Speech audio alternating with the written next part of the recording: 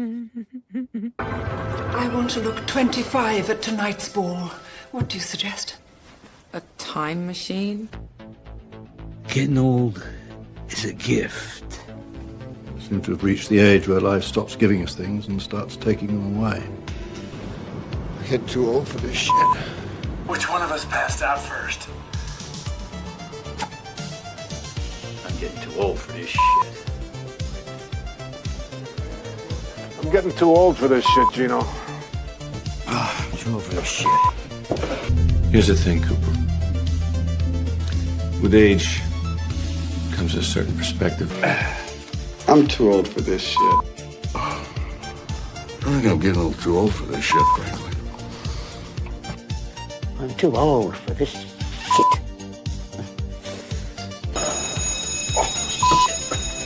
We're getting too old for this. The only way to stay out of trouble is to grow old, so I guess I'll concentrate on that. I'm too old for this shit.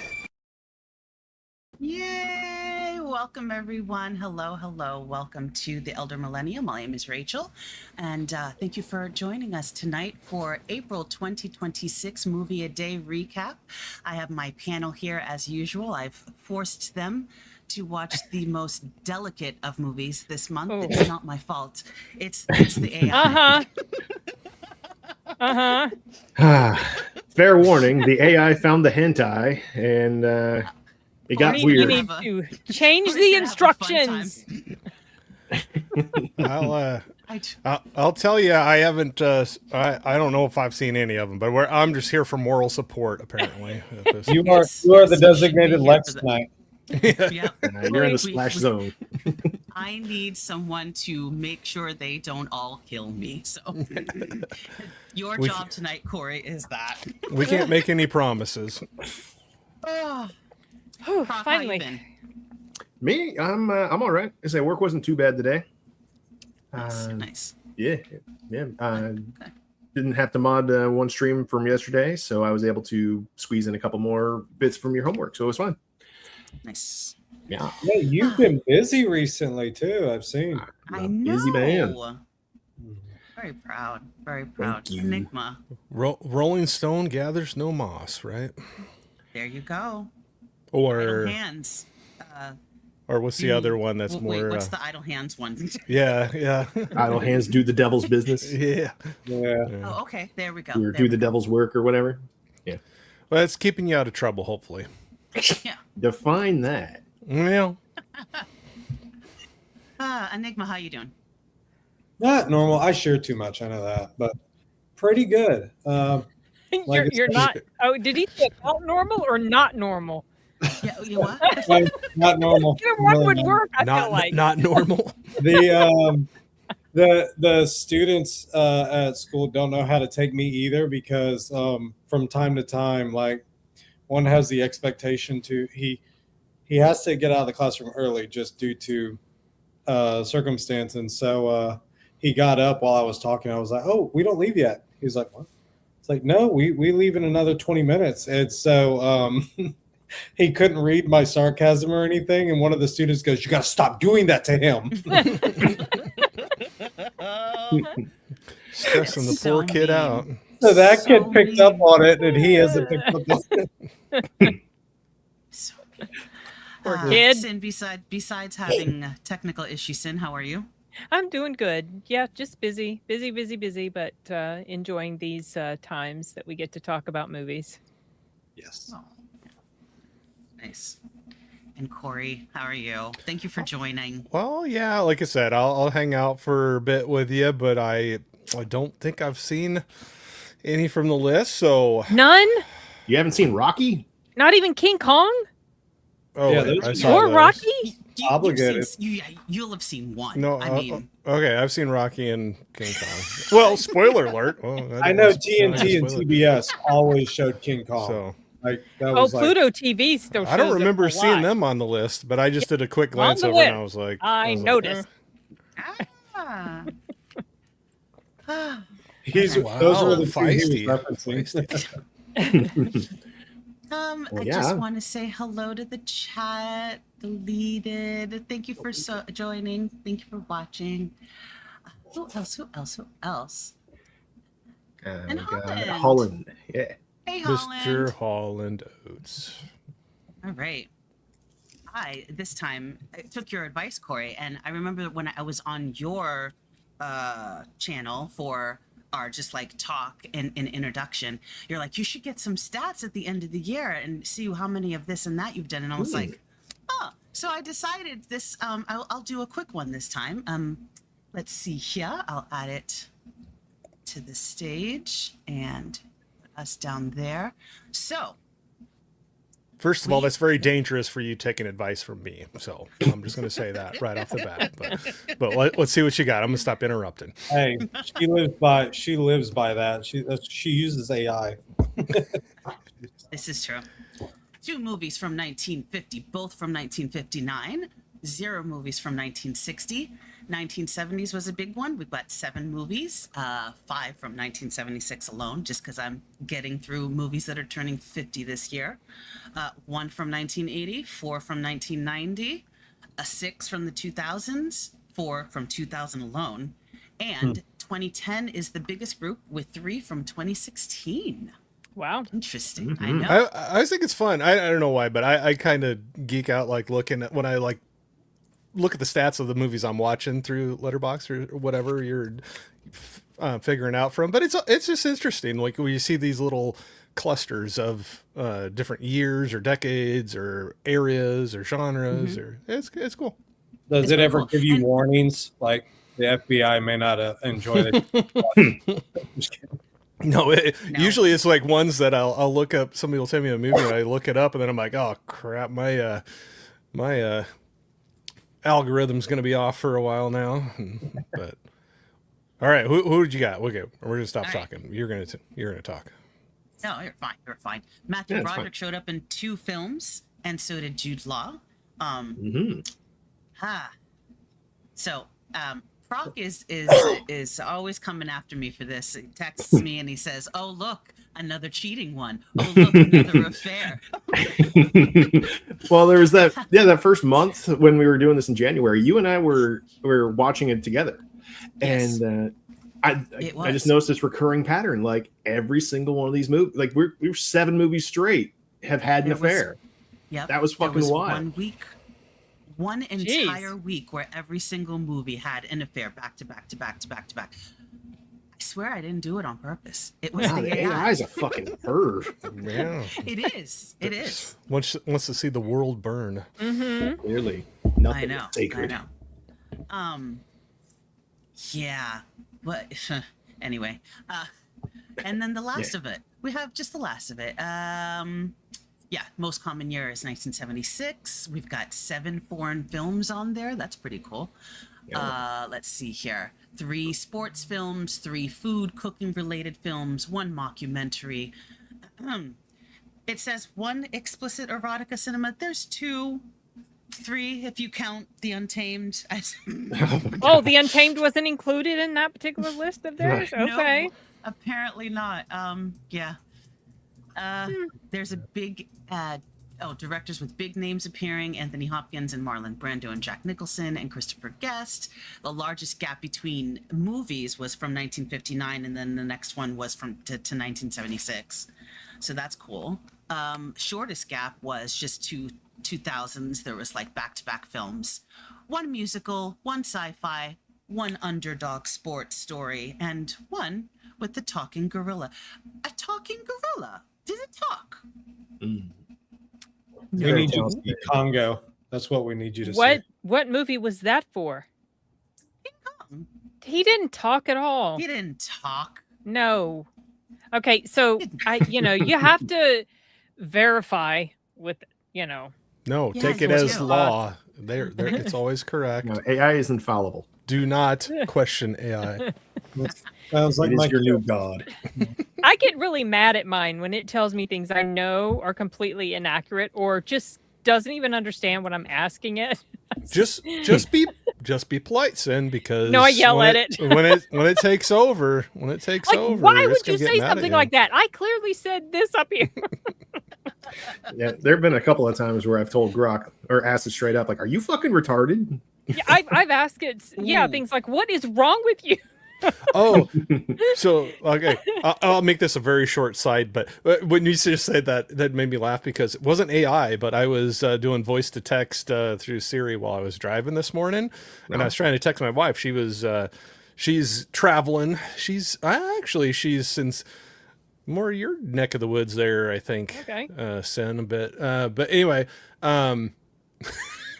I hit the button and wait for the ding, and I'm getting ready to send her a message, and this guy just cuts me off like crazy, and I think there was some F's and some other things that were and then no, I did not send it to her, but it came up and it says okay, but it says okay, you would like to say F and F and F, and I'm like no, we don't need that argument right away in the morning. Be like, what the hell did I do? But it got it correct. I'll give it that. It didn't got it censor correct. it. So sometimes when we have meetings, No, it said it in Teams. Teams we're will having a meeting, censor, and Teams will censor. So one day, and it was really funny because we have it on video. We kept trying to think of all sorts of creative ways to get it to type it out, and we discovered that it will type it out if you say like Mr.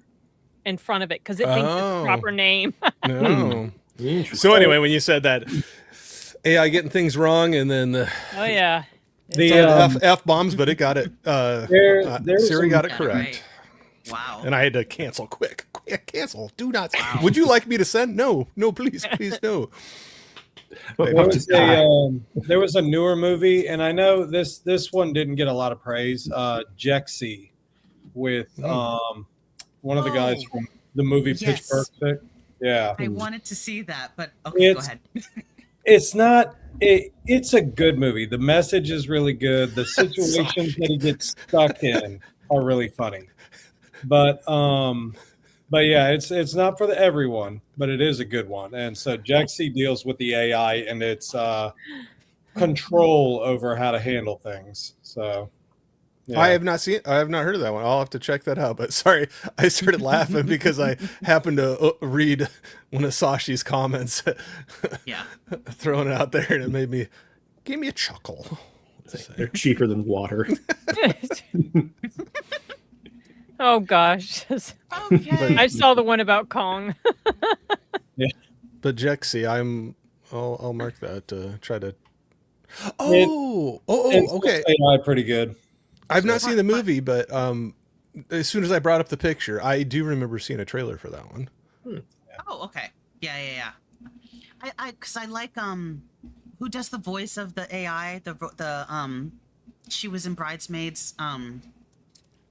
Rose Byrne. Oh, her. Yeah. Okay. Yeah. I like her. Adam Devine. That's right. Adam Devine is never going to be a huge leading man, which is understood, but he does a great job in this one. And there's a great message to how far you should allow things to go with the system. So yeah. Speaking of the system, April 1st was April Fool's Day. Who watched The Hoax? I actually really liked this one. I did. I wasn't able to find a free copy of it, and I didn't feel like going swimming. So, understood. Yeah. It's hot. It's not swimming; it's sailing. Well, I mean, water's involved. Maybe I fell overboard. Water. I tell people to go get wet. It all means the same. Stop with the drugs. Stop with that. I know. I'm trying. I'm down to my last one. My dirty mind, I wouldn't have been able to catch that one. So busy. I didn't have time to make like cute little not from IMDb summaries, so we're just going to read the summary from here. In what would cause a fantastic media frenzy, Clifford Irving sells his bogus biography of Howard Hughes to a premier publishing house in the early 1970s. Sin, by the way, do you ever come here and just see like where you can not buy I check it out on Letterboxd. Is it really streaming there? Is it really though? Letterboxd didn't show any way that I could watch it without like buying or renting. Just another one that's not always correct that I like is Just Watch. Yeah, just Dexter, watch yeah. 2. Yeah, sometimes. That Okay, one you so can maybe go look and find maybe I'll it on check stuff. IMDb instead, because when I checked, it was not available for me. There you Also, okay, I'll check IMDb from now on. Maybe that's more up to date.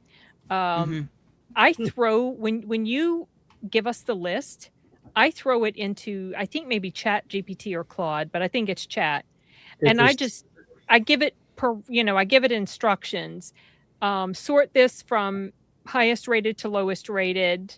Give me the synopsis, and so it gives me the synopsis. The director tells a little bit, like it told more than this little summary did. So yeah, I that's what I go through that, and I choose what I'm going to watch based on my interest level, and sometimes the rating, but mostly my interest level. Oh, okay. You make it do all that work and then you yell at it. I do yell at it when it gets very simple things wrong. Oh my gosh. Puts talking gorillas in places it shouldn't. Exactly. So yeah, this movie was great. Go right ahead. I mean, I've seen them all, so I want to see what everyone else thinks. Let's see. The Hoax was one of the first ones I watched, so might be a little fuzzy. You might be a little fuzzy. Yeah. He was But great. let's see. I'm just kidding. 2 success all the time. But speaking of which, I got your 6-pack that you owe me right here. That'd be just fine. Oh, nice. It's a 6-pack of Tall Boy Men's Room IPAs. Men's Room IPAs. Nice. Okay. Yeah. So let's see. With the Hoax, basic premise is he's looking for what is it? Is that Richard Gere? Who's that guy? Richard Gere. Yeah. Alfred Molina. Stanley yeah. Tucci. Dude, Richard Gere's character fucking sucks. I could not stand that guy, and he drags down everybody with him throughout the whole thing. No major spoilers, but yeah, honestly, it just wasn't really for me that much. It was just it was his character is just audacious.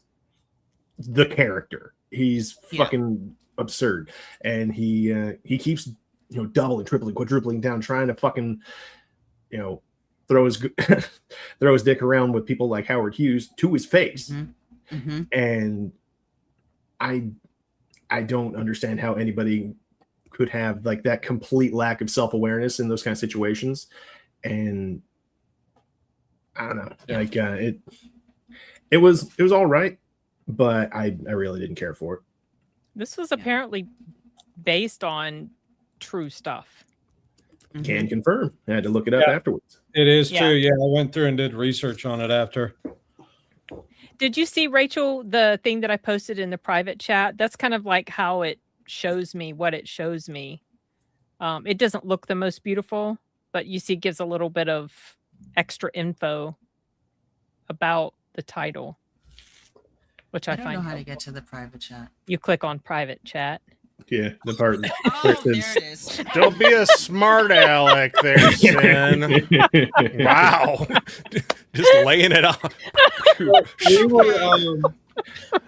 My first guess would be to try the button that says private chat. That's just me. That's just me. I mean, I was like, I have argued with enough AI lately that anytime it's like you just click on the thing. we get jaded, Sin, tonight. See how it does? Jaded and angry, Sin. The file, so you can see like how it breaks it down, and I'll show you the parameters that I give. There's some I'll tell you what. There's some pretty extremely cool. helpful. Yeah, there's some That'll cool. be great. There's some darn cool stuff you can do. So absolutely. When October comes around, because it's all horror films. I did all horror films for October. Many more movies, and for October. Yeah. Are you sure you didn't hear me insult Arnold, Sin? No. I really didn't. It was my stupid. I honestly didn't. I couldn't see anything except Proctophile's avatar. That was all I could see, and I just saw empty boxes for the rest of you guys. So yeah, I didn't hear you saying bad things about Arnold, and I'm glad I didn't. Don't repeat that. Hello, Ibrahim. Hello, have you seen the movie Birth, 2004, directed by Jonathan Glazer? That's the one with I believe Nicole so. Kidman, correct? I believe so. Yeah. I have not. No, I have. I want it. It's on the list. I don't even know if it's on like a list to watch actually this year. The one that I was thinking of when you said Birth was Mother, the one with Jennifer Lawrence. I started to watch that and then stopped because I did not like it. Someone said to go back to it, but I don't know. Yeah, I've heard it's terrible. Okay, yeah, wonderful. Enigma, did you see this? The Hoax. Yeah. Yes, I did. So yeah, I agree a lot with Proctophile on the fact that he is very, very self-centered on everything he's wanting to do, and so the tipping point for me, and I guess you get accustomed to these characters. So the tipping point is at the very beginning when he is passed over and put into like a secondary or even third tertiary position where you no longer matter because everything that you've done and all of your popularity has now gone away in an instant, And so he's looking desperately to figure out how to make himself the center of attention again. And so he immediately invents the idea that he's going to do this autobiography and, brings everybody along for the ride. And it's going well, and so, again, you won't want to ruin it. But, I can see where he was continually looking to get out of things. And this is just like Marty Supreme, that movie that just came out recently with the ping pong player. He went through so much and he BS'd everybody so much that you're now committed. You have to go through this no matter what because you are committed. And so Timothy Chalamet, honestly, in that portrayal, I really did not see Timothy at all. I saw the guy. And so, I thought he did really well with it. But, the Hoax is like that, Yeah. The Hoax reminded me of the other one, too, Shattered Glass, where the real journalist from that reporter fabricated like 97% of his stories. I mean, Richard Gere's character just doubled down on the lie, and then I'm not going to give stuff away. I don't want to spoil anything. He was a horrible person. So he's a piece of shit. Yeah, he was. Well, even more, they put some dramatization into the Hollywood film. It doesn't take away, it doesn't spoil anything, but they give a personality trait to his character in the film that isn't real in real life. And the real person said he hated the film because of what it added in there. It was just like, he was like, you guys should know me for the horrible person that I truly am and not blame Okay.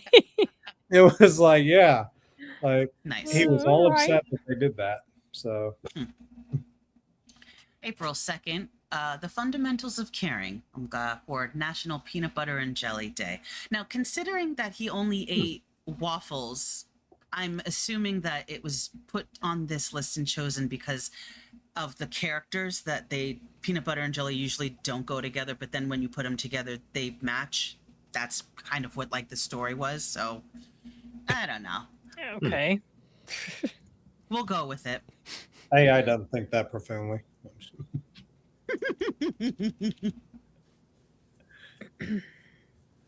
I enjoyed it. Just to break the ice on it. I thought Paul Rudd was really good in this one.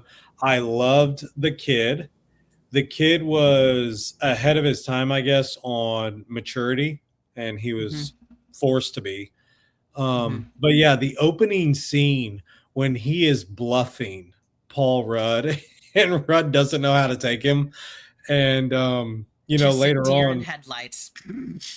And later on, Paul Rudd gets accustomed to him. It's he's in the park and the kid's going by and he's screaming, help, help. And he's just sitting there eating an apple. And the lady over there is like, what is going on?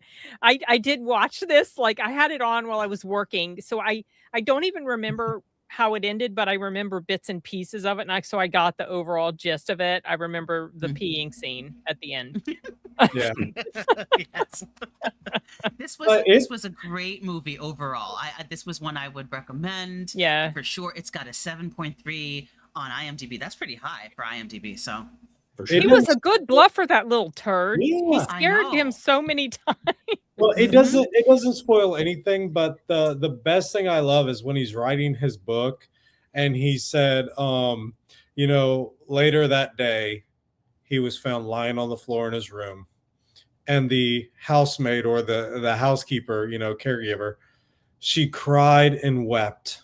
Yes. He was faking, of course. It was so funny. It was great. Try it. You've never had beef jerky? Try it. Yeah, beef jerky, you son of a bitch. Rudd was giving it back to him, though. It was fun. Yeah, he eventually figured him out. Yeah. Yeah. It's cute. Prof, did you see this one? I did not. Oh, wow. Okay. This one I think you would enjoy. Get yourself a little bucket of popcorn, a nice little what are you drinking? Man's Iron? No, wait. What? Tall boys. Man's Iron? Okay. Men's Room IPA. We didn't even say what the premise of this was, what the synopsis is. He's basically hired to be a caregiver of this guy who had I forgot what it was. Was it muscular dystrophy? Yes. Yeah. Okay. Yeah. And this is just basically a story of him taking care of, because he's not really suited for the role, but he just needs a job, and his wife wants a divorce, and he doesn't want to sign the papers. Yeah. And so that's the thematic stuff. His interview question, he goes, seriously, you're getting paid $9 an hour to wipe me and everything, and he's asking him about it, and Rudd's like, I will wipe you until all is gone, or something like that. He's the one. Okay. That's the scene right here where he's like, he's the one. He is so great. Yeah, he really is good. It was good. Yeah, that where he's coming out faking. That was one of the funniest. He was such a turd, but he needed some excitement in his life. He's confined to that chair. Yeah, and he never leaves the house. So this whole road trip going experience, it was a good story, Proc. I think you would really enjoy it. Yeah, there's lots of laughs, and a nice Selena Gomez to look at. So you'd be okay. Yeah, she was relaxed. It's a sweet story too. It's not goofy and stupid. It's sweet. Yeah, it's a sweet story. Yeah, and there's no major drama, no major cliffhangers. It's good. Mm-hmm. I just remembered a personal story. Share.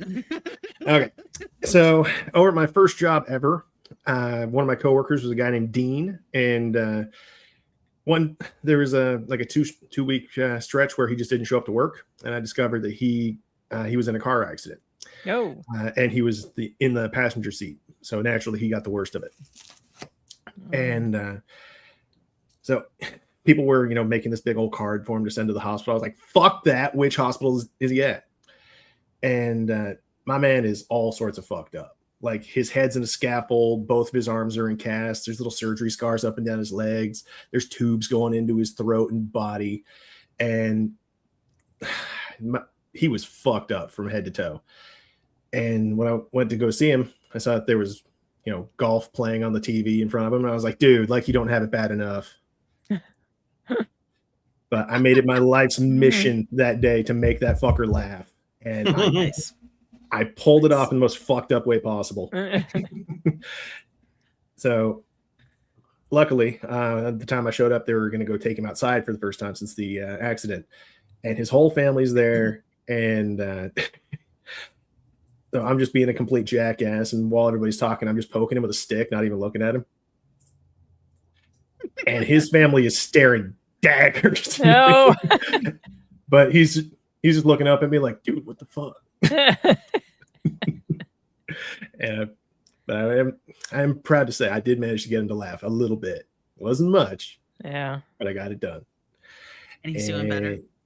Last I saw him, he was in a little electric wheelchair thing, and he rammed the shit out of my shins when he first saw me. He's So getting you back. of course, I'm like, Yeah. yes. Do they not think he'll ever walk again? I don't know. I haven't seen him since then. Oh, okay.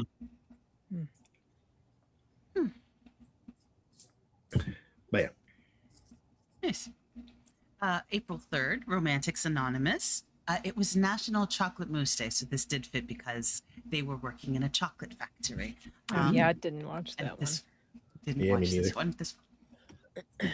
It's not spoilery at all. It's just two people trying to, I guess, adjust and allow the other person in, in a quirky way, because yes, there's interest on both parts, but neither one of them know how to go about it, Yeah. So They are not even opposites attract. They're so entwined to be with each other that it's almost like they should be so close together that they're not yet until they finally join. It's like she is afraid of basically talking to anyone in the world, and he is afraid of everything in the world. No, he's afraid of nothing in the world except talking to women. So Come on, it's not that So- bad. but it is funny because we see a scene with her and she's holding a conversation with the chocolate or with herself. And these people walk up behind her. And me personally, I was sitting there thinking, is she seeing voices? Is she seeing things? But yeah, she's just very quirky, and he is as well in his own way. And so, yeah. yeah, it was very funny. It's very French. It's very funny.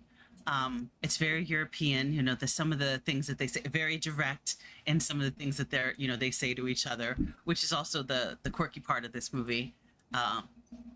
It's not many characters, so it's not like too much going on, but really, really enjoyable. And it's short too. I think it's only like an hour 20.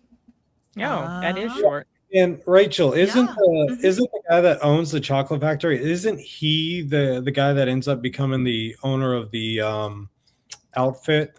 And this is like the prequel to that movie, right?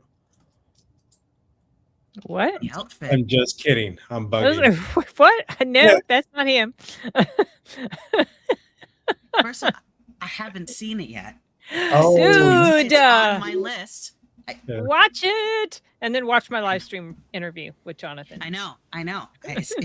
There's so much written down that now I feel like Corey, where it's like I've written it down but I haven't done it yet, like where he's bought it but he hasn't seen it. Yeah, like that. Exactly That's like where that. I'm getting to. I'm getting there. It's so much. You're making progress though, honestly. This is, Yeah. getting you there. Yes, this is true. Yeah. So Sin's basically saying you're better than I am. Is I what mean, that's what she wants you to like. She wants to make sure you listen, understand. Linda, you understand said it, that. not me. No. But this is short movie, really quick. Please don't mind reading subtitles. You will laugh. I was laughing so much. It's one of those that I could have watched with my dad. Like there wasn't a lot that I could watch with my dad when he was alive, because Christian, no cursing, violence is fine as if it's action and stuff like that. But just so something like this would have been fantastic to watch with him. So I say definitely check it out. Nice. Pillow Talk, 1959. Oh my International gosh. Pillow Fight Day. I was more intrigued with all of the weird settings that you've lost track of, like the restaurants. Did you see the houses and places that they were at? The condos. It was When she was walking through her place, I was like, "Wait, are you in New York? That's not a New York apartment. No, I'm sorry. Right? Way too big. Lady, We know that's a bathroom soundstage. Yeah. I had this one. This one was one of the ones I had playing, and so I just saw bits and pieces of it, enough to tell it was a musical. So I'm glad I didn't invest my time watching it completely. Captive audience type of thing. I was working, getting stuff done. So, and also just seeing Rock Hudson, and I remember, when the whole thing about him happened in the 80s, and what was revealed about him and everything. And I remember that my mom had told me, oh, he was so handsome. He was just such a handsome man. And this guy just doesn't do it for me at all. I don't think he's just meh. Exactly. He was the thing for a while. I though. know he was, and I don't get it. Were they just very short in supply on men back in the day? He's a taller, dark-haired dude with the big, the chiseled chin kind of look. There is nothing that's, for me anyway, I guess it's all individual, but for me, he's just not leading man material. Rock Hudson doesn't do it for sin. No, definitely. No. And you know what? Neither did Cary Grant. Oh, come on now. Don't you be talking. Don't be talking bad about Cary Grant. He didn't. And I like his, I really, really love North by Northwest. That's one of my favorite. That's a great Hitchcock movies. Love that movie. But he just he also doesn't do it for me. So a lot of these men from back in the day that were just such big things, I'm just nah. Not working. This was my first Rock Hudson movie.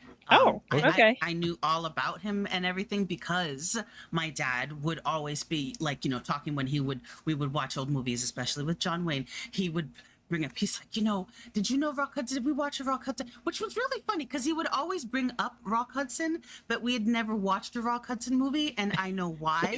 It's because of what happened to him in the 80s. And my dad was Christian. And so you can go from there. There was no watching it. So, but he would always talk about him because of what happened. And he would always bring him up. And I was just like, I am with you, Sin. He just reminds me like he could have stepped off the set or basically what they mimicked Mad Men for. Like he is every Mad Men character. Just chiseled, dark hair, face suit, tie, just nothing captivating about him. Maybe that was just also the way they were back in the day as far as the acting. The acting has changed. It's shifted. The way they talk. Even I think acting in general has gotten better as far as an art form, though there are definitely some shining moments here and there, even in the older films. But I don't know. Just it's so weird. Go ahead. The thing what I got entertained most by was the split screen and various video effects that they were doing. Yeah. I can agree with that.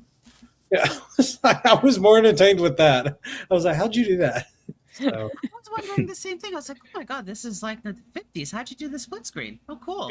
Yeah, just playing around. But the final 5 minutes or so of it, that ending, fucking hilarious. Like the one where he's just carrying her back to the place or something. And I don't even know what happened. I don't know what all that was about. I just caught the end of it. Okay, so the basic setup is she works in interior design, and he's like a known womanizer. Yeah, I knew that much. Could gather that much to try to make amends after she gets found out. He's like, okay, take as much money as you want, do whatever do whatever you would like to my place. He's trying to say like I am so dedicated to just leaving all these other ladies I could be hooking up with. I want just you. Please design this in a way that you would like to stay here for the rest of your life. And she fucks his whole shit up. Yeah, that was a wacky looking room he took her into at the end. That's the one? Yeah, okay. Yep. And so naturally he's upset. And so he then barges into her place, just picks her up, drags her up, and it's like, explain this. What the fuck did you do?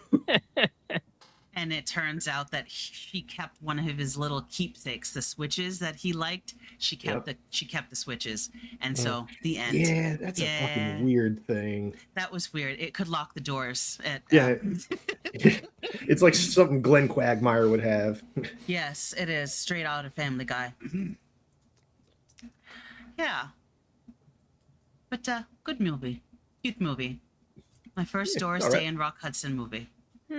Didn't they play in multiple movies together? Okay, Yeah. They did. What I thought. Mhm. Yeah. Yeah.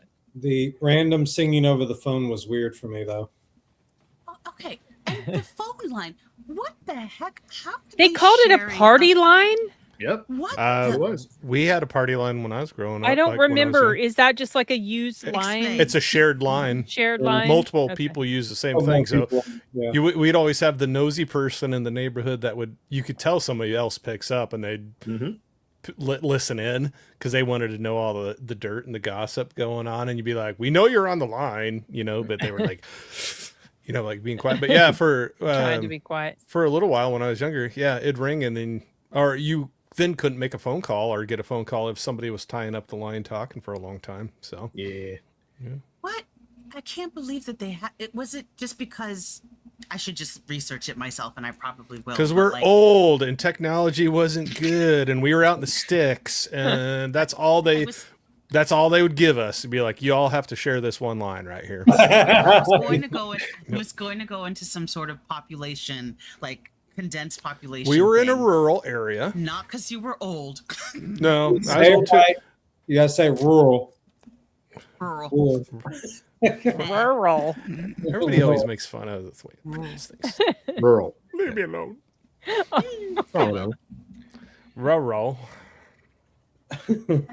Ladies and gentlemen, Finally. it is Geologios Day, and it is Sin's favorite movie, King Kong. Not my absolute favorite movie, but with the my talking favorite, monkey, right? Right, that talking monkey that just never talks. Even though you can tell he's horny as hell for her. But, yeah, this is my favorite of the 3 King Kong movies.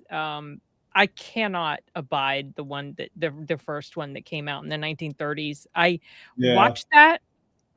I have a very vague memory of seeing this in the movie theater with my parents because they didn't have a babysitter, so they take me sometimes when they would go, and I was exposed to things I shouldn't have been. But I never forgot the images of his death in here, and it really affected me. Well, it's surprisingly graphic. It is, and I was always captivated by it. And when we could rent movies from the library on the projector reels, I got the original one because I was hoping that I would enjoy it as much as I was thinking about, like how cool this one was. And I hated it. I wanted Fay Ray to just die like very quickly because she annoyed the hell out of me, all that screaming. But this one, I really, really love this one for many reasons, even though I know it's not as nice looking as, let's say, Peter Jackson's version, which is better visually because, the filmmaking was better. But I love it because I love the score and I love the scenery and the cinematography, and it's gorgeous. And I love the whole thing about how they made it with that big mechanical hand, and it was Jessica Lange's first movie, and so some stuff's hokey, but His dentures were falling out in that last one. it was like she got hurt a few times because sometimes it would not do right and it would squeeze her and bruise her and everything.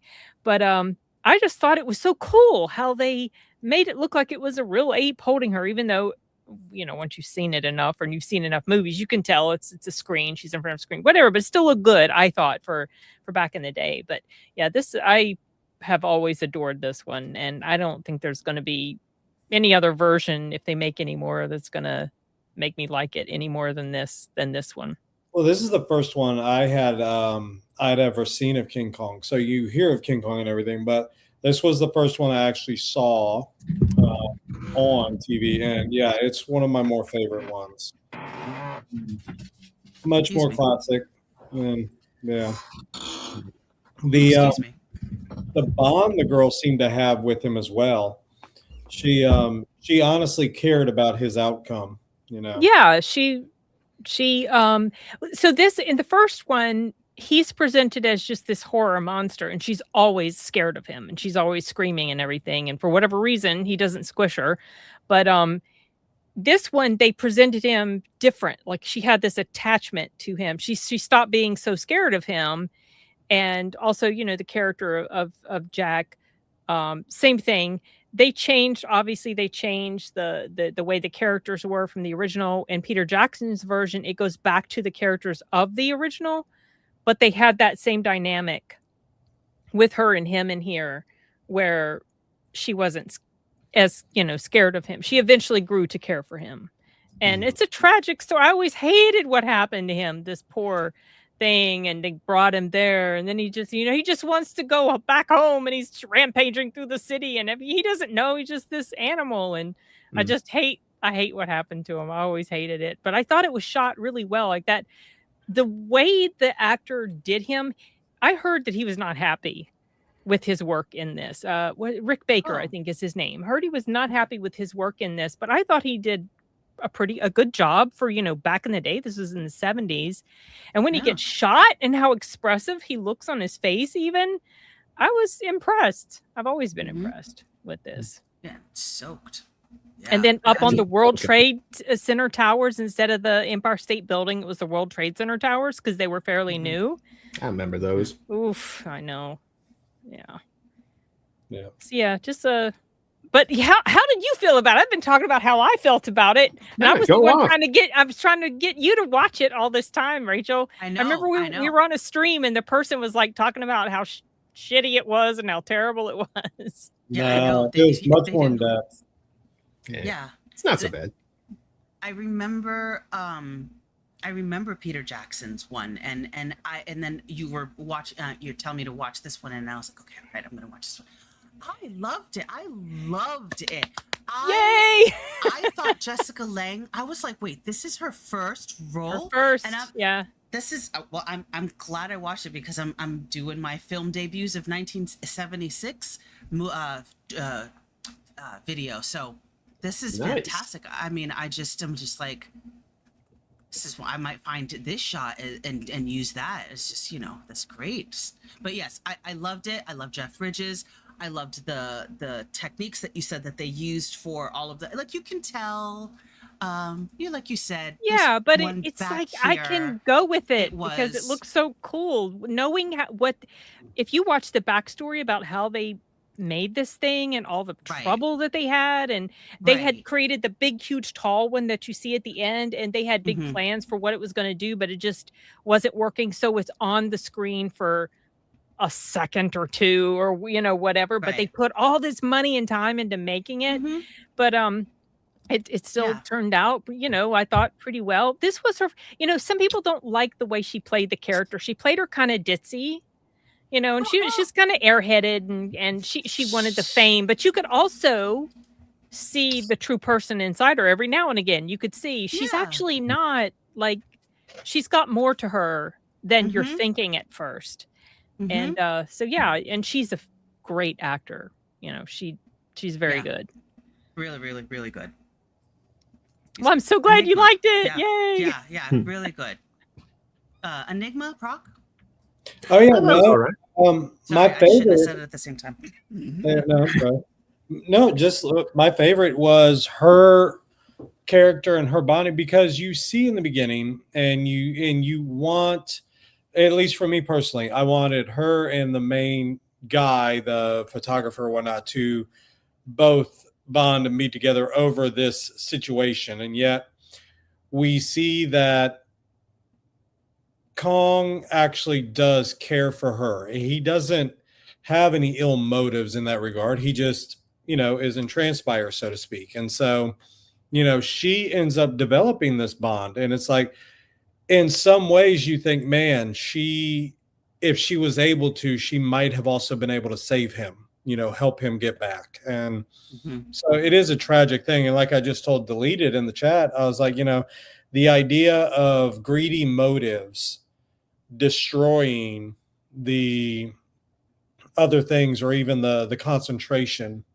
of that greed, they completely destroyed him, and he was living at peace where he was. And so, and the people that were worshiping him, as they were talking, like, what's going to happen to them now that their God is gone, And I get it. It's not the smartest with the sacrifice, but at the same time, there are many cultures around the world. There's one that, and it's on a remote island, but when the USA landed on their island out of an emergency, it was the first time anybody in those indigenous areas had seen a plane. And so they began, ill-fittingly worshiping, the symbol of USA and worshiping the plane, and these, because of the desperation of these type people. And it's not a bad thing. I mean, there are people who genuinely are looking for that. And so these inhabitants consider him their God. And so, yeah, it's not something to be frowned upon, but it's something to be sad for. And so, yeah, the whole, it is a tragic message, but oh my gosh. Yeah, I really did consider this one of my more favorites. I understand the Jack Black one. I still don't prefer that one over this one, So. Not just me. Yeah, no, I saw that one in theaters as well, and I was just like, it doesn't hit the same, but No. like you can appreciate for other things in that one. Correct. I wish they would bring this one. I would love to see this on the big screen, because you can tell it's just made for that. It's the score. The score to me is just, oof, love it. And just knowing where they were on location for so many of these shots, it wasn't green screen stuff, they weren't on set, some things they were, like when they're running through the jungle area and whatever, but parts of that they were in Hawaii or something where they were filming, and you can see that's a model, but it's still fun. Yeah. It's just a great effort for back in the day, for 50 years ago, because this is its 50th anniversary this year. And I remember seeing a picture. I think I mentioned it when we were talking on that stream, and this came up. Meryl Streep, that picture of her on the subway or the train or whatever in New York. She had just left like this audition, or she had just been told she wasn't going to get the part because she wasn't pretty enough because she had auditioned for this. Meryl Streep's a great actor, but it's true, she doesn't have the leading lady looks for this role. So, it was, agree. Yeah, but, love this film. When it plays on Pluto, I always stop when I'm going through the channel guide and I see it. It's like, yeah, King Kong. Okay, we'll watch it again for the 50th time.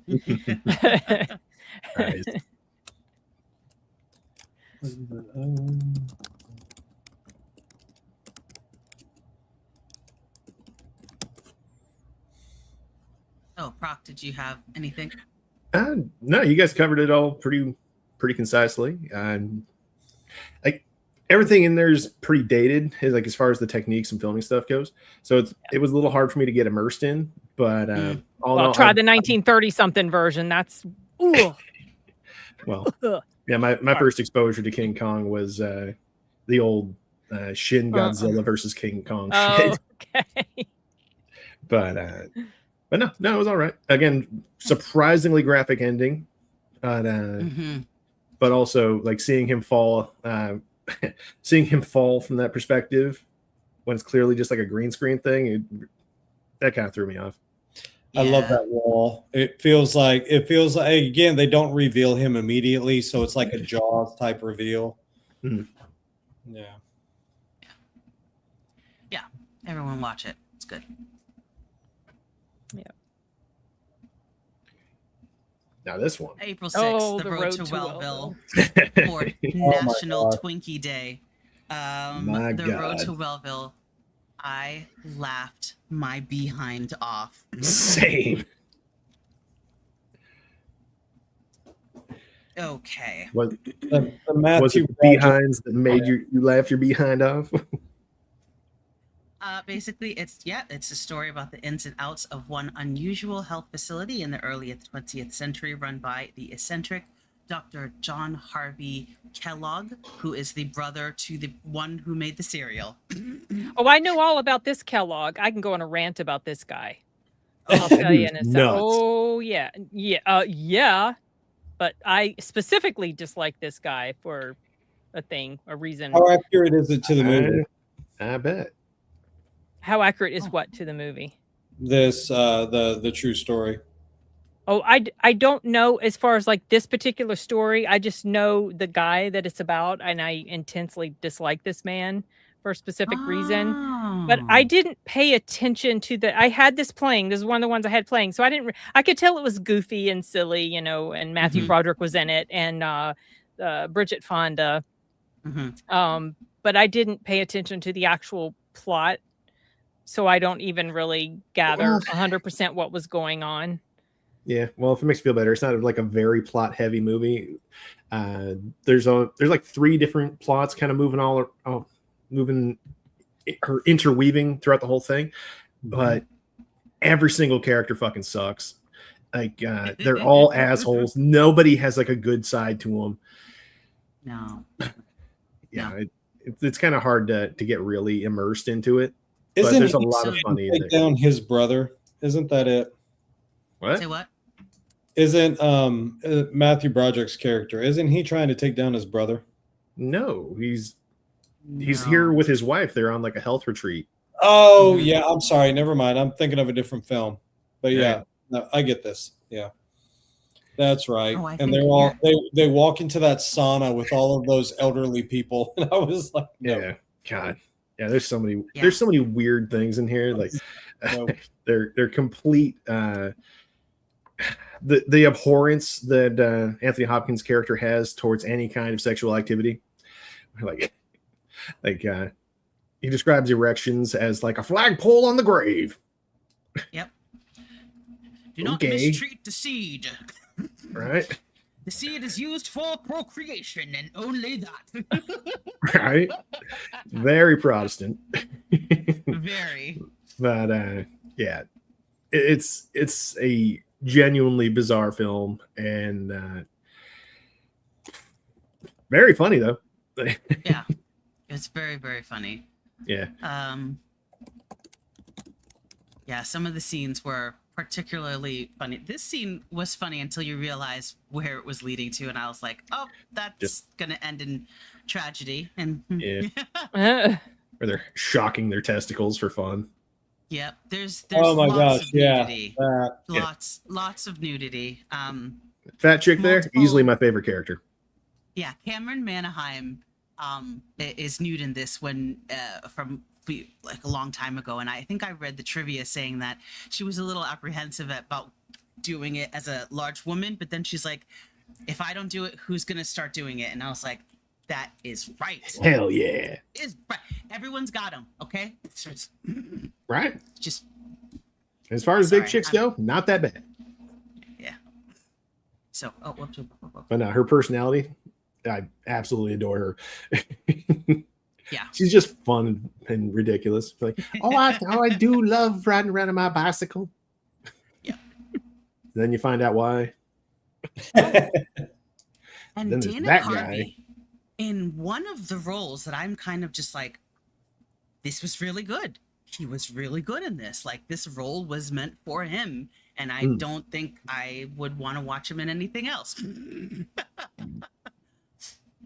Well, you should see him in Trapped in Paradise. He's kind of funny in there. Okay. All right. Anyone else? Wilkie? Yeah.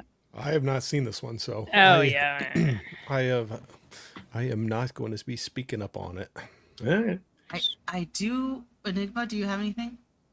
No, it like we've said before, just weird circumstances that would always just, it was just like a bunch of skits for me. And I was just like, okay, we're doing this now. Pretty much. Yeah. But It's yeah, a bunch of stories that come together. Yeah. Sin, I must know though, Mr. Kellogg. Okay, well, okay. Well, one of the things is, okay, he was all into eugenics and all that. But the main thing that I really detest this guy for is his advocacy for circumcision. You know, cutting off little babies' private parts, you know, part of their genitalia, circumcision. It would prevent masturbation. It would prevent all sorts of diseases. It would prevent bedwetting. It would prevent this. It would prevent that. All sorts of dumbass excuses that they threw at the wall to see what would stick in order to justify doing that to little baby boys. So yeah, he was one of the early proponents for it. And yeah, can't stand him. I don't stand him. I'm clenching, please. Shh. Yeah. I mean, this guy was he was obviously clearly messed up because I mean, that's it. He really did have hangups about like sex and masturbation and all that stuff. And so obviously I think that was an extension of it. You know, any way to try to prevent any form of pleasure, you know, let's just do something about it. That was kind of where his mindset was. So he was a messed up person for sure. Yeah. Can't stand him. Ooh, cat. Oh. Hello. It's rabbit season. He's very loud. So since he's close to the microphone, once he meows, you will hear it. So I Wonderful. apologize. Oh, I thought you were going to say he was purring. So I was trying to listen to see if I could hear him. He was like, "Get me out of here! I don't want to be on camera."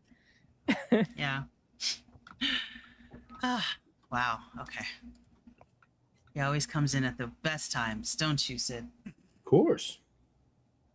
Okay. I remember when it was time to watch Strange Brew, April 7th, National Beer Day. Josh always asks me what movies I'm watching, and I was like, "Oh, tonight's Strange Brew," and he's like, "Really?" I was like, "Oh, have you heard it?" He looks at me dead in the face. He's like, "We watched it growing up all the time. It was my dad's favorite movie." And then he starts quoting it, and I was like, "Oh, okay.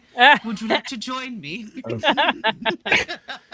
Interesting choice for a favorite movie. Okay.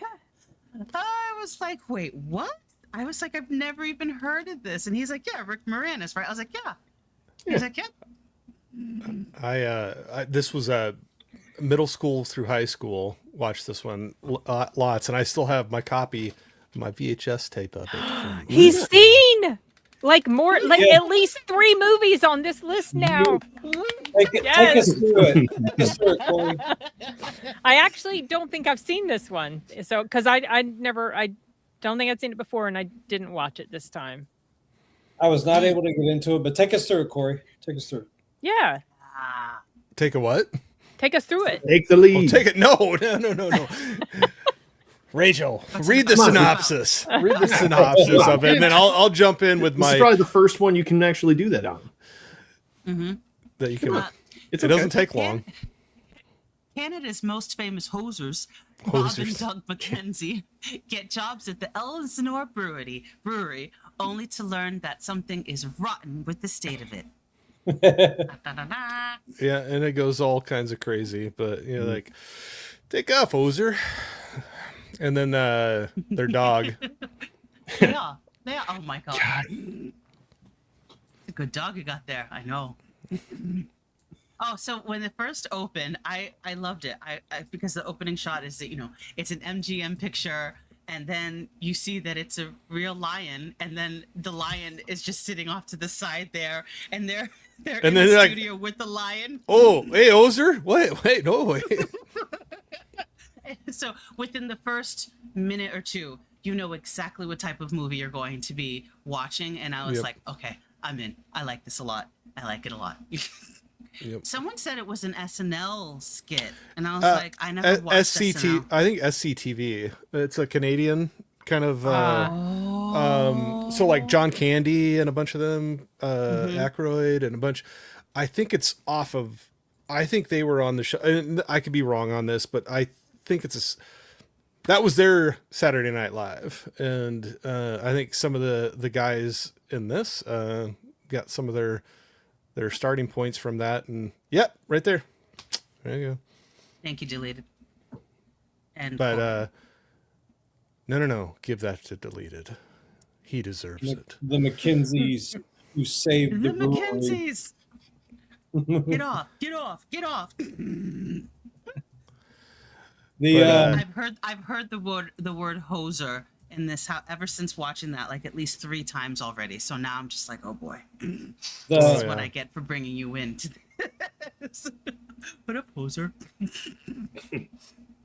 Hoser and take off, you knob, or you know, there's like some other ones throughout the thing too. But for a middle schooler going through high school, we thought it was pretty funny, and I remember doing quotes back and forth to each other a bit at the time. So I didn't know the word hoser was like truly rare, and I had forgotten about it but we recently just started watching Letterkenny.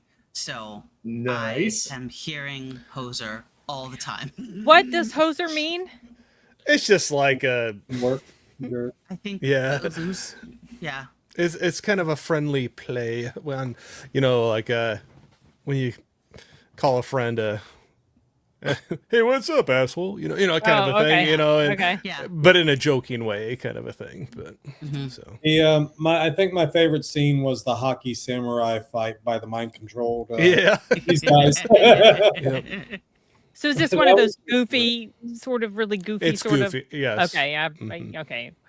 That's probably why I wasn't interested to watch it. Anytime I see comedy, I usually steer another way. Laughs no.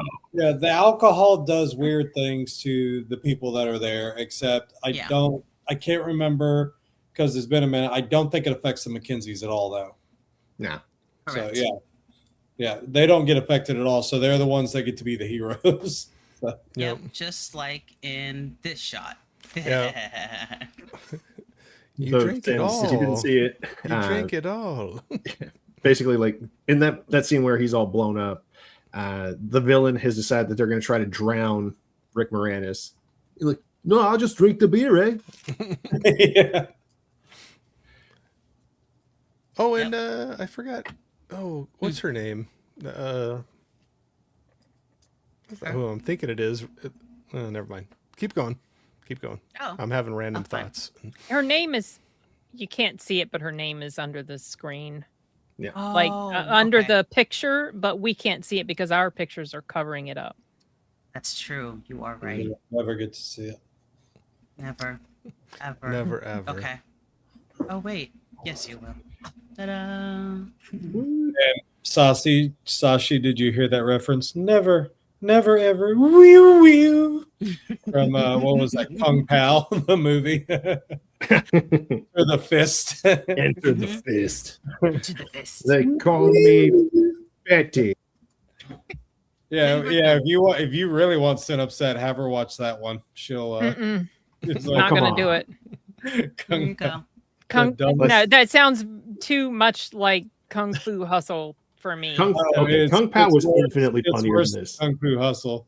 Kung Fu Hustle has some logic to it. Kung Pao, they what's his name? He interposes or puts himself into another film and basically puts himself into that film, but they actually bring back the original actors of the movie that they're mocking. And so then they do really funny dub overs and everything like that. And but yeah, that was a good one. Yeah, there's some good jokes in there. At one point, they freeze frame on an old guy about to take a claw to the face. You're like, okay, here were my options. I could either A, dodge the claw and take him out with a spinning back kick, or B, take the claw in the face and then roll on the ground and die. Yeah. Gets fucking killed. Damn, should have gone with A. But the girl always just giving the negative response. You'll never, ever, can't you see? You'll never do it. She just keeps going. She won't stop. But yeah. It's a good one. Didn't like it. Baby rolls well, down yeah, a hill. Kung Fu. That was in response to Kung Fu Hustle because Sashi that said was something very about. Great. So he said Sin didn't like because he was on that stream. We had to watch it for the stream we did for Sound Booth Theater, and I absolutely hated this movie so much. Yeah, it is not my thing. No. And Jeff, Confirm Jeff what you is said, planning Sashi. Jeff is planning to date the muted woman from Kung Fu Hustle. Oh, that stupid movie. What'd you say, Rachel? I said you confirmed his comment here. Yeah. Listen, which Sound Booth Theater friend? Because Jeff is Asian too. Sashi. Jeff is hilarious. But you never saw Strange Brew, huh, son? No, I didn't watch it. It's on It's okay. Pass. Wow. Shut free. down. It's free. Usually I get 4 words out before I get shut down. I mean, I gathered enough by y'all's conversation what type of movie it was. So I mean, you're talking to someone who hates Dumb and Dumber. And most people seem to think that's fantastic, and I hate that film so much. Yeah. This type of comedy is just not for me. This is one back then. Like I think it was one of the skits they started on SCTV, and then they made it developed into a movie. film. Yeah, it's kind of like Wayne's World. They've done that. They've done that for other things. Yeah, like absolutely no hard feelings if you don't like this one at all. Like, I actually have a lot of hard feelings about it. If Dumb and Dumber for me is like a 7 out of 10, this is like a 4. It's got one tone of joke, and it's not very good in my opinion. Gosh. Dumb and Dumber was a lot more sophisticated with the again, it's a simple plot, but the means by which they get there is just well done. Well executed. Okay. I won't read the whole back. I should have just read. Can I read just a little snip from the back of my VHS tape? Oh my God, yes. Yeah, go for it. All right, here we go. Get the voice going for it. Hey, all you hosers out there, what's more fun than a 6-pack of beer, a dozen donuts, and a pound of back bacon? Like Strange Brew, okay? Starring Bob and Doug McKenzie. And then it just goes on from there. But I just thought it was kind of funny. And they've been called the Cheech and Chong of beer drinkers by the New York Times. Oh, gosh. That's not a compliment. And there's more, but I'll save you. I'll leave it. But I just thought it was kind of funny. I was like, I hadn't looked at the back of that for forever, but I was like, that's funny. All right. Anyway, yep. April 8th. Moving like water on. for chocolate for National Empanada Day. Like water for whoops, wrong one. Sorry. I always forget. Like water for chocolate, when tradition prevents her from marrying the man she loves, a young woman discovers she has a unique talent for cooking. This was this was a cute movie. I wanted to strangle the mom into oblivion. I just thought how horrible she was to just her final daughter, and just I don't know. I liked the movie a lot. I liked them. It had an interesting message, and the ending was actually quite interesting as well. I don't want to give anything away. I believe it's also based on a book. So, who has seen this? I've seen it decades ago. Didn't care for it. Like most Mexican movies I've seen, I just like Amores Perros. Supposed to. So I didn't like that movie either. Didn't like this movie. Oh dang! Bring up spicy picks on the. I know, right? There you go. But I mean, I know it earned a lot of love and appreciation. Rachel, we're just turning up the temperature. Boom. Did somebody say spicy picks? Here we go. So that wasn't a spicy pick. Here's a spicy pick. Wow. You're just sitting on the saddle horn. God damn. I've heard about bareback riding, but that's a whole nother level right there. Whoa. Scene right there. I remember that scene. And I'm sure you do. Oh, I'm sure you do. Kind of sorry I missed this one now. Oh my gosh. So what's this streaming on? No, I'm joking. I'm joking. I'll come in. Or am I? All right. Whew. Cool it down a little bit. Cool it down. Anyway, so you did not care for it like most Mexican films. It's just like what Mexican cinema chooses to make stories about generally is not up my alley. Usually. So, and which is a bummer because I prefer the Mexican dialect, but I have to settle for most of the time movies from Spain because they make better stories to me. But then you have that Spanish dialect. So whatever. Yeah. I don't remember anything about this except chocolate, and I didn't care for the characters really. I didn't care for the story. Sure, Sashi. For science. Research purposes only. One day we'll achieve female orgasm. Oh, you guys are lucky. What? No, so the picture. Aussians. I'm still looking. So the picture you posted is actually in the Spanish book that I learned how to speak Spanish on. Oh, cool. And so it was the movie that was referenced. So I was like, hey, and I was like, I'd have to bring, but again, I forgot to bring the book. But yeah, it's directly in the Spanish book I have. I'll send it later. I know y'all consider it very highly important. So I thought you meant the horse. Well, now I was like, what? Now I kind of want to know what the Spanish word for saddlehorn is. What he was talking about. I know. No. I could just imagine Rachel though. Rachel's like, let's do this movie. We know what will happen after this. So the youngest daughter, she's the youngest daughter of 3. And so her mom, from what I gather, her mom makes up this rule that the last daughter has to stay and take care of the mother until she dies. And it's because when the second daughter, it's because when the daughter when she was born, someone told the father that the second child, who is this one, might not be yours, and he immediately died upon the third child's birth. So the mom decided that was her fault and blamed her like ever since, and made up this rule. She has to stay at home, take care of the mom until she dies. She can't marry. And that sucks because she's in love with this dude. This dude decides that in order to stay close to her, he is going to marry his sister. His sister who can't cook, can't clean, and has bad breath and terrible flatulence. Is this the oldest daughter then? Yes. The Other than that, she's a catch. Say, from a distance, she looks pretty all right.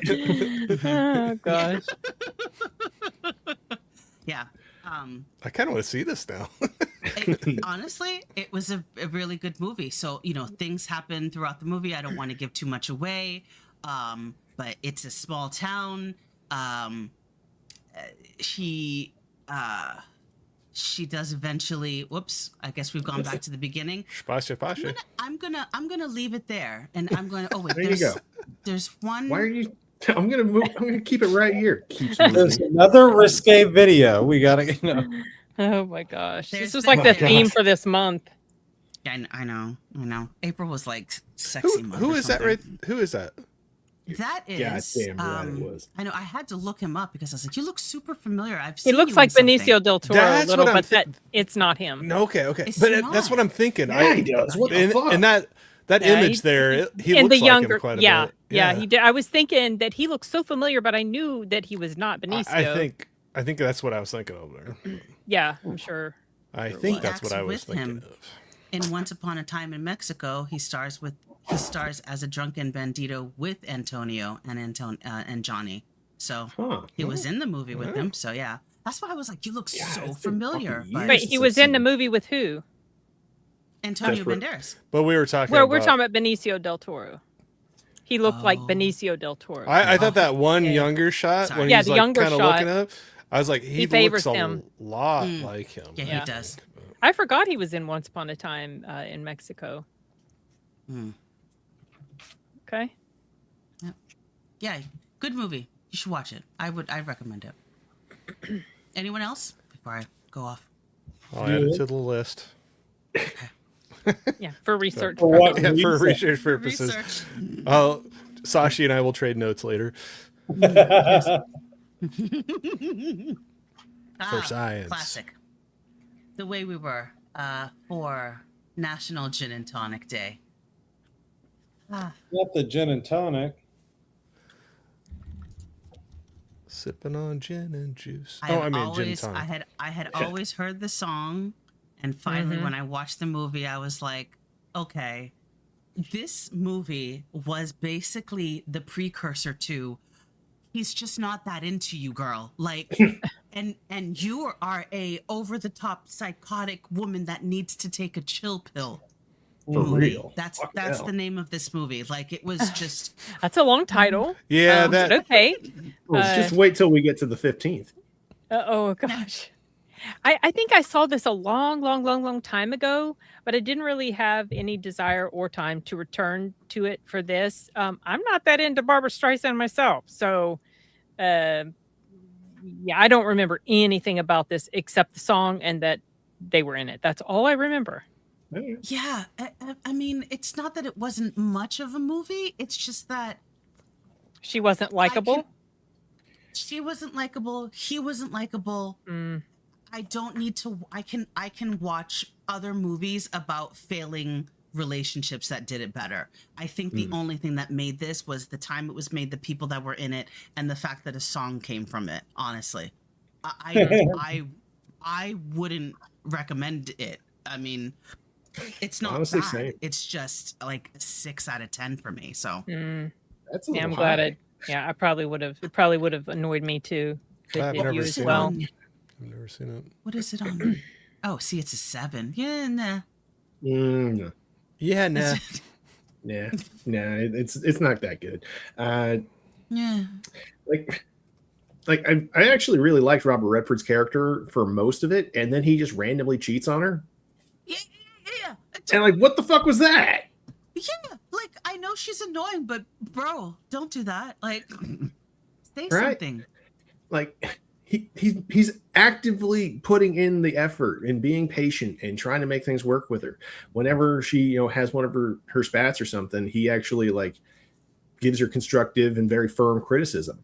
But he isn't rude, and he certainly doesn't like hate her or have any actual animosity towards her. He just gets a little annoyed that she's kind of stuffy and can't take a fucking joke. But that He doesn't know when to really quit. threw me Like, off. yeah, that's the other thing. Is he tried? You're right. He tried to help her. She just was never picking up on any of the, like that one dinner scene part where she just was just like, dude, they're making a joke. I know that it's not funny, but people joke about 9/11 now, so it's And that's hilarious. yeah, and it was hilarious. So, but yeah, this movie, meh. It was it was meh, really. That was a weird scene where they hook up for the first time, where he's just like He didn't fucking tired. know it was me, and I'm like, of course he didn't know it was you. He was tired, and you were like, oh here. She just doesn't take a hint, and I was just like, I can't. I have a problem with women like that.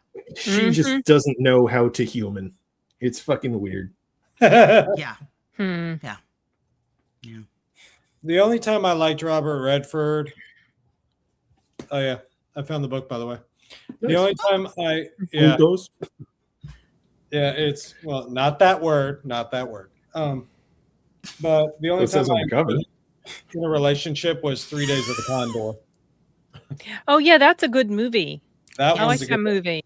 That was a good 3 Days of the Condor. I enjoyed him with the woman and the relationship. I enjoyed that one. So. I like The Faye Natural. Dunaway. Yeah.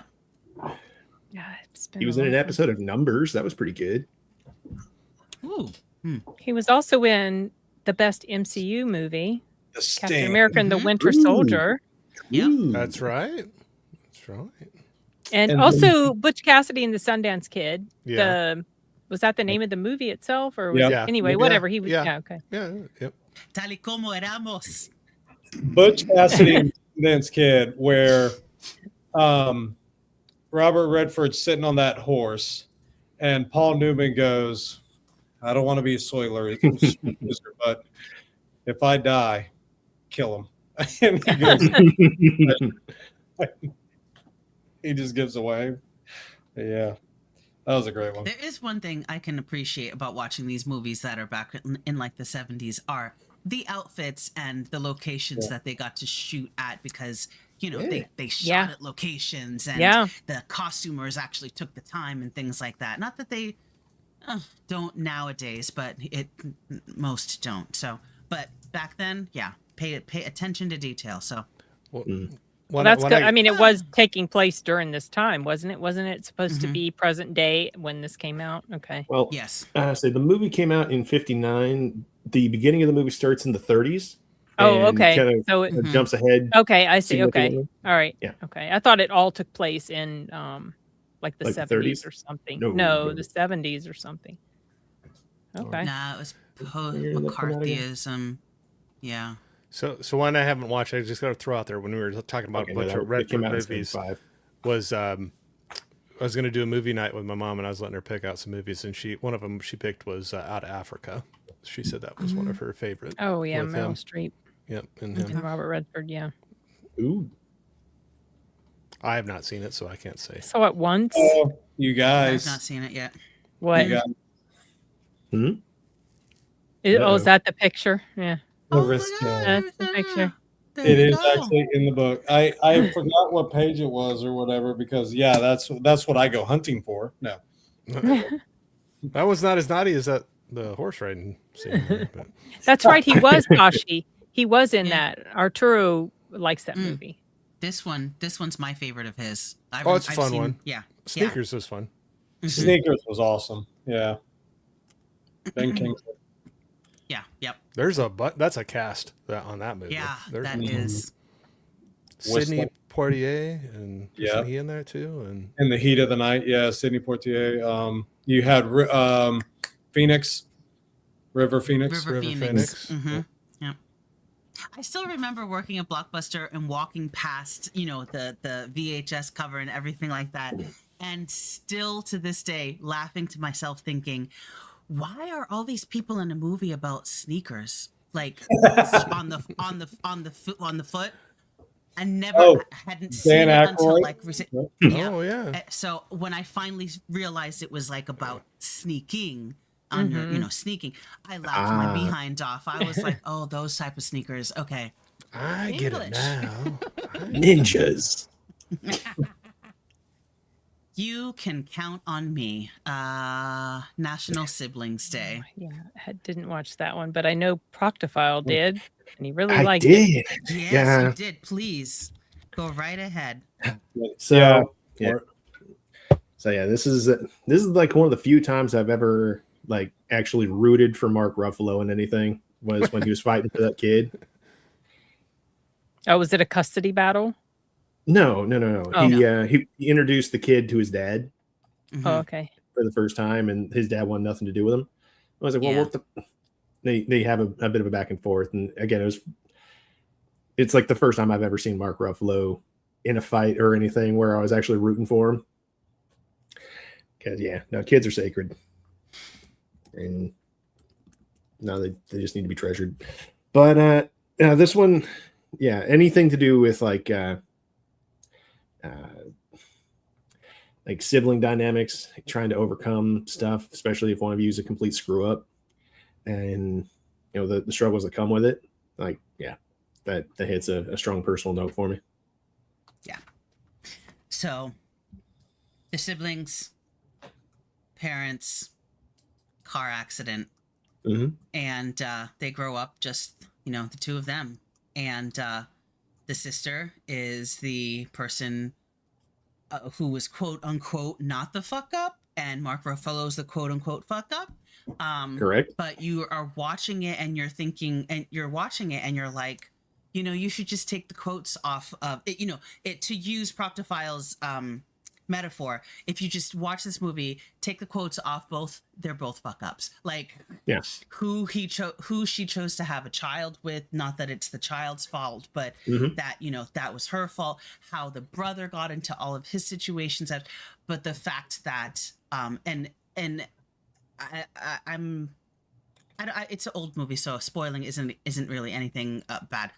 The ending is the ending scene is one of those where Mark Ruffalo is holding on to Laura Linney and is like, "Do you remember what I said? Do you remember what we said when we were kids? Do you remember?" And then it cuts to credits, and I realized, within like 3 seconds, title of the movie. Yeah. And I was like, "Oh, brilliant!" So, yeah, please, Proc, go right ahead. It's a great movie. Laura Linney, Rory, is it not Rory? What's his name? Yeah, I forget. But Can you see it?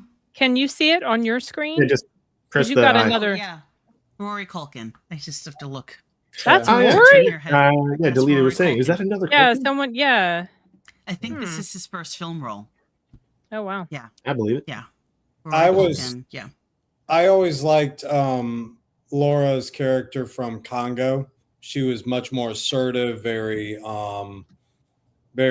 suspect, very secretive on things that she was doing with the company and everything. But yeah, I really liked her character in that one. Did you ever see her in that Clint Eastwood movie? I think it was Absolute Power. Yes, that one too. Love that movie. Oh, I was just telling Proctofol about that, I think, the other day, right? She was in Absolute Power. I don't recall. Clint Eastwood, he's this thief and he sees something happening in this room where he was going to steal stuff, and it turns. Oh yeah, we were talking about we were talking about Eastwood movies. She was also in the Richard Gere movie where Richard Gere was with Edward Norton. Was that it's called Primal Fear? Primal Fear. Yeah. Primal Fear. Yeah. And then she was also in the Truman Show as the Mrs. Yeah, that's right. Yep. Yeah. Yep. Yeah.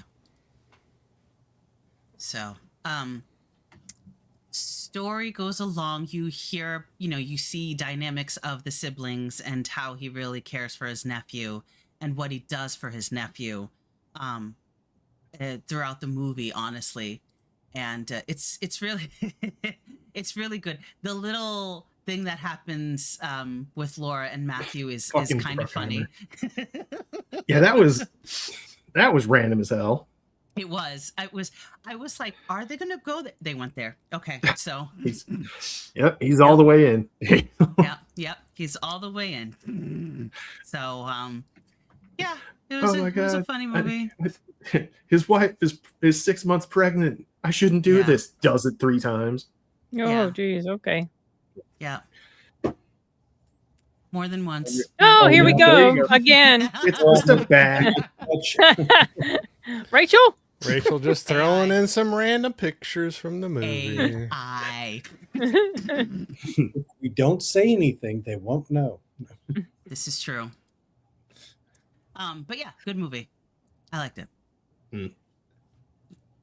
Yeah, 7.5 on time. Yeah, it's pretty all right. Yeah. Anyone else? No, No? it's okay. I haven't seen it. Yeah, okay.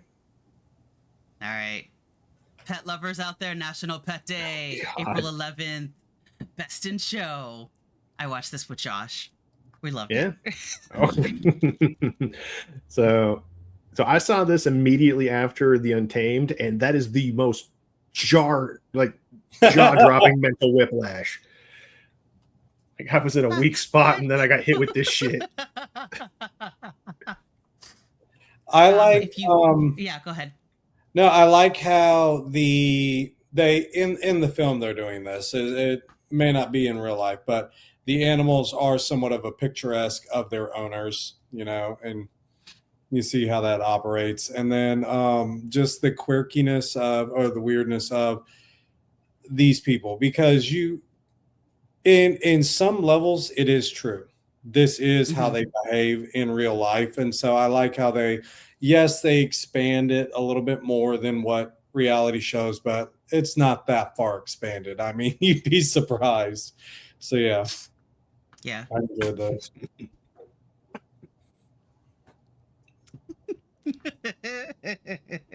Think you deleted. I know that this movie is pretty popular. I hear it referenced quite often.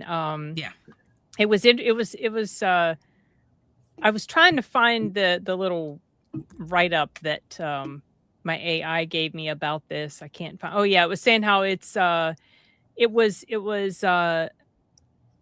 I guess it was a lot of improvisation that happened while they were filming this, and it said that that's what it says. Their guests improvised ensemble style turned this into one of the most quoted comedies of its era. It's okay. I had it on today. It was playing. I could tell it was kind of silly. I didn't really, pay attention to the plot. I don't know if this is something I would have enjoyed if I did. Yeah. But is Christopher Guest the guy who's married to see? Yeah. And that's actually fascinating to me. That so they had this outline, obviously, that I find this more fascinating than the movie itself. So they had this outline, obviously, but they kind of made up stuff as they went along. I was like, what? That is hilarious. I mean, honestly, I watched this movie. It was really good. Christopher Guest is he's the director. Isn't he married to is he married to Jamie Lee Curtis? Yes, I believe so. Yeah, okay. Oh. Yeah. Yeah. I believe so. I keep thinking it is. He is. Yeah. Mm-hmm. Yep. So, really, really funny movie. It just like it says, it's a mockumentary behind the scenes look at the highly competitive cutthroat world of dog shows. Cutthroat throat. Well, it's kind of sad seeing Catherine O'Hara in here. It's very true. It's very true what they do here. Like Catherine O'Hara, the end scene, she like twists her ankle so her husband has to walk the dog, and she does this movement. I don't even know how she didn't twist her ankle, faking the movement that she did. That looks like she's like, oh yeah, maybe she really did twist her ankle, and that was part of the improvisation. It's like her hip had an extra joint. It's fucking weird. It's true. Yeah. But it's so true with how these people behave behind the scenes. How do you know so much about dog shows, Enigma? But because you meet these people, you're like, you go to dog shows? No. Oh, okay. I wondered if you actually had some actual You would not believe the after parties they have. I mean, they're killer. You got to go to them. You know. The way in which they prop these pets up, and I get it. Like, Sid, you've seen some of the videos of my brother's pets where they have these unique personalities, and you let them, expand their personality. They're hilarious, and so. So yeah, these people and how they behave and interact with their pets is just it's so stupid, but very on point. Something, Rachel? So what's that? You lose something, Rachel? Oh, yeah, I just got notification. My battery headphones are low, and I was like, "Why is that happening to me?" So I was like looking for new headphones. Gotcha. Yeah, mine have a cord. Oh, and Sen, I just recommended the movie I Swear to a friend because they were like, we need more movies. They were not fan there of. You go. So I was like, you'll cry at this one, but you'll love it. Yeah. They were not a fan of what? Project Hail Mary. I was like, that's wow, that's okay. Yeah. You should also recommend Pressure. That's another one to recommend. And then I have that one bought. I gotta watch it. They went through that one. And so, good luck. Then go watch Positions. Through. Yeah, I still love Positions. Positions is amazing. Stop with these recommendations, Rachel. It wasn't me. This one was. It's really good. I'm going to move on to Rocky. I'm going to let you guys talk about Rocky while I switch on my headphones. But I don't know this film. What is this? Yeah, sure. Only I get to say that. And now you're running away if you get your headphones. 76? Divine Mercies. Yeah, I know. Well, I'm really excited to see I Play Rocky that's coming out. Yeah. Now that I've seen Rocky, and that it's just like I was like, oh my God, this is going to be great. It was for Divine Mercy Sunday because he's Catholic. Oh, cool. Okay. All right. That's a stretch, but hey. Yeah, exactly. I'm joking. I'm just giving you crap. Well, you're not wrong. I'm giving you crap. All right. Rocky who? That's right. Rocky Road. It's me. All right. Go right ahead. It's an ice thing. Well, I don't know how much there is to really say about it. It's a fucking classic. It's amazing. I love the behind the scenes.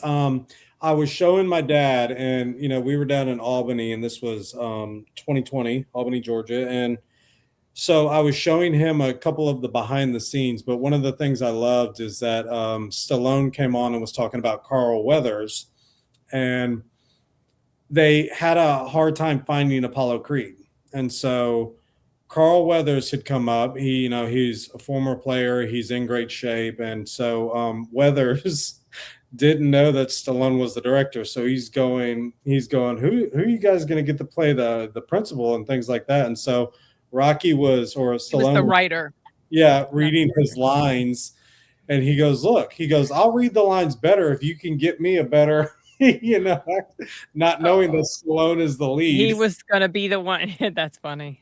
And so Stallone was like, I love him. He's like, we got to have this guy as because his real personality came out. And so it was really good to hear how Weathers actually got the role, because Weathers, I think, was struggling at the time.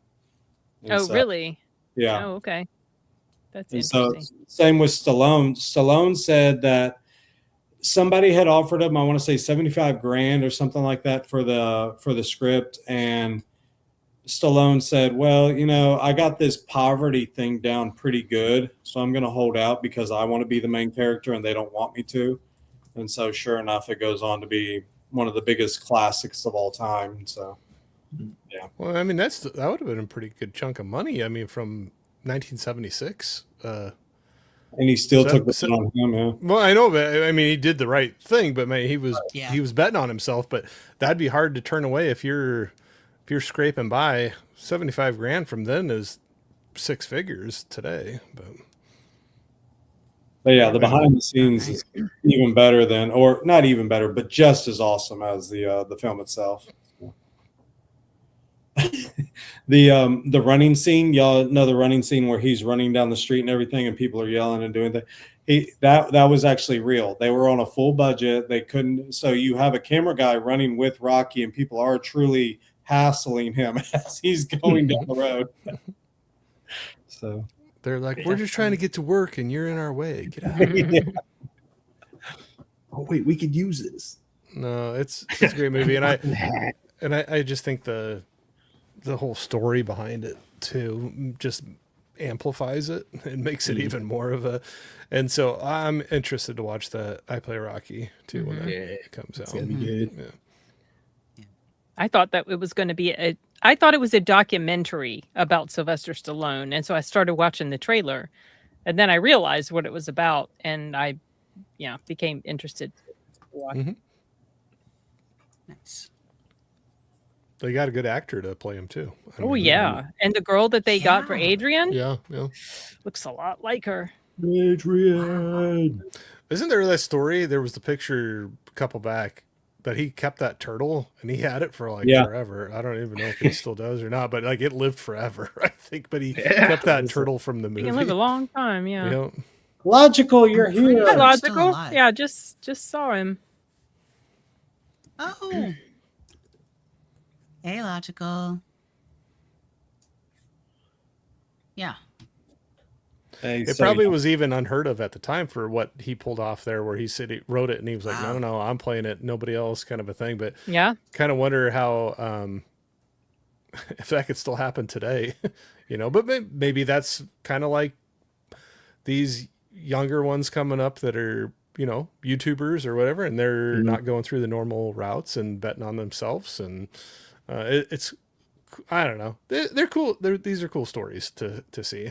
Not only is the movie like uplifting and like, wow, he overcomes all these challenges, but in real life, like the challenges he was overcoming to try to even get it to happen. But I like the line when they're on their first date and she asks him, she goes, "So why do you box?" And he said, "Because I can't sing or dance." It's the best response so quickly. I've actually only ever seen this film once. Wow. Way back when I was a teenager, and I haven't seen it since. And I remember that I did like it, but I just never returned to it. I don't know if it's because I'm not always drawn to sports dramas. It's a good film, and maybe I would appreciate it even more if I rewatched it. I did not dislike. If what? You'd like it more if he lost. Well, he technically lost. Yeah, even though you could tell he really won. I never forgot that part. It was like it's very obvious he won, but they gave it to the other guy because he was, the established champion and all that. He went the rounds. He went the rounds. Yeah, he so, did. Yeah, and so you know that he actually won. I also never forgot. I never forgot the scene with Adrian in the apartment. I was like, oh, the okay. stranger danger scene. Or well, she knew who he was. well, I She know, liked but he him, like locks the door and everything. yeah, he won't let her out. And they like weren't they like up against the fridge or some cabinet or something? Yeah, it was Something. like- He's such a smooth operator. But anyway, sorry. The second one, when they're in the hospital and Rocky went to Weathers' room and goes, you know, did you give me your best? Because he still wanted the peace and knowledge that he was still able to do that, you know. And it was like, yeah, I did. And so yeah, loved these originals, the first two, my favorite. And then I think it is at the end of the second one. Yeah, it's at the end of the second one where you see them both deciding they're going to go at each other at the very end. So, I mean, come on, We'll that end scene here. right there. How can you not even? You've maybe never ever seen the movie before, but if you see that right there, I'm gonna guess quite a few people can make a pretty good guess of what movie this is. I mean, I've been to Philadelphia 3 times, and I remember the first time I was like, I'm going to the Rocky Place. Let's Yeah, go. Hell yeah. I still need to go there sometime. Yeah, I'd love to go see the statue there and look down across that. There's that, and then Detroit has a RoboCop statue now, so I got to go. Hell oh, yeah. wow. Oh, wow. I've never been to Detroit. Nice. well, did you hear Bill Burr's rant on having the Rocky statue in Philly? No. He was, oh yeah, look that up at some point. He was angry because Philadelphia was booing all of the comedians, and Bill Burr addressed the point. He's like, you're right. We're out here for 3 hours doing a comedy show. Eventually you're going to get tired of it. And so he started insulting anything and everything he could about Philadelphia to Philadelphia. Oh, I think I've seen that clip or part of it. Yeah, he just goes off on them. He ranted about the fact that they had a statue of a fictional guy rather than the actual boxer who was from Philadelphia, who was quite famous. I think it was like Cassius Clay or Sugar Ray or somebody. I can't remember. But yeah. He goes, why don't y'all get him a statue? Why you got a statue of a fictional character who didn't even exist? You know? Look it out. Well, I guess I know what I'm looking up on YouTube later tonight. So. Oh yeah, it's only like 6 minutes. Yeah, it's not a long. And he's there. I've also seen interviews where he talked about the backstory as to why that whole thing went down the way it did. Yeah, which was interesting. Yeah, Bob Saget was a part of that too, and Bob Saget gives a really good extra point of view to it. So Nice. All right, we'll end on this wonderful shot of Rocky. Where are we going? The words. I'm surprised you didn't have I'm surprised you didn't have the picture of him pinning her up against the fridge from all the other pictures you've been showing from right so far. I mean, come on, why, Rachel? Don't give me that look. Don't give me that look. Don't you look at me that way. I know I disappoint you, but you don't have to show it on live stream in front of everybody. No, she gave that to her husband. Be like later. Well, I got scared there for a second. I was like, "Dang, I got the look." I can't keep it for long. Sorry, you held it pretty good there for a while. Is what I am. Sashi says he believes it was Joe Frazier that Bill Burr was referring to. Oh, okay. Yeah, Bonzo said it too. Smoking Joe Frazier, I believe, is from Philly. Which he would be a good one to put a statue up for. You know, if you're going to do a sport legend, you know. So, anyway, the words. Yeah, no, that's fine. National Scrabble Day. The words. This was. I liked this movie. Let's see here. It's a funky one. I can give you another one you can watch if for the next time. But I want to hear about this one because I have not seen this movie. I don't even know anything about it, and I would like to know more about it. So please, when Rachel. it came out in 2012, I remember wanting to see it, and I had, it was always on the list. So when it finally was time to see it, I was like, oh, great! It is good. Okay, a writer at the peak of his literary success discovers the steep price he must pay for stealing another man's work. So Who else has seen this before I start talking? I haven't seen it. Okay, Proc and Enigma. Okay. Let's see. What can I say it without giving too much? It is a story. Perfect. There's a perfect movie for it. There you go. It's a story. Yeah. Okay. It's literally a story. But it's literally. I mean, I don't believe it. A stolen story. Imagine retelling a story that somebody else told you once, but also they stole it. Yes, and then they also implemented parts of things that were true and were not true from a story that they heard. So yes, you can see like how we're like a bit. It's like a game of telephone, but you can hear everybody talking. Yes, it's like Telephone meets Inception. A little bit. Oh, okay. A little bit. It's got Bradley Cooper. It's got Dennis Quaid, Olivia Wilde's in it. Jeremy Irons. Jeremy Irons, Zoe Saldana. That's a big cast. I was gonna say they got some names. Yeah. J.K. Simmons. J.K. Simmons, my man. Michael And then they go to McKean's in space it. and become the Roughnecks. I'm just kidding. They don't. But Yeah, this time, we've got- it's personal. Yeah. Ron Rifkin's in it. Ben Barnes plays in it. There's all these people that you're like, what are these people in this? It's a good movie without giving too much away. I mean, these characters play a lot. These characters play different characters and they all tie together. And in order to figure out how they tie together, you need to watch the movie. And No, I I cannot can say more than explain. that. Has anybody seen Whiplash with J.K. Simmons and okay. Yeah, I love that movie. In the film Whiplash, who is the main character? I continually forget his name. Miles Teller? Yeah, Miles Teller. Dang. Miles Teller is basically at the end of the film having to choose does he want to be remembered with a limited life? Does he want to be remembered for a very long time by many others because of his artistry and music? Or does he just want to live a long life happy with somebody that he loves and is not known by anybody, And so Miles Teller is somewhat faced with that choice. And at the end, we see that decision by Miles Teller. Mm-hmm. Same predicament here. There's some choices that need to be made based on the decisions that they did with taking the story. So, Yeah. That's a great way of putting it without giving too much away. That's great. Yeah. God. Jeremy Irons was so good in this. Really I mean, good. when is he not? Mhm. I like him a lot. Yeah, he's a great actor. Yeah.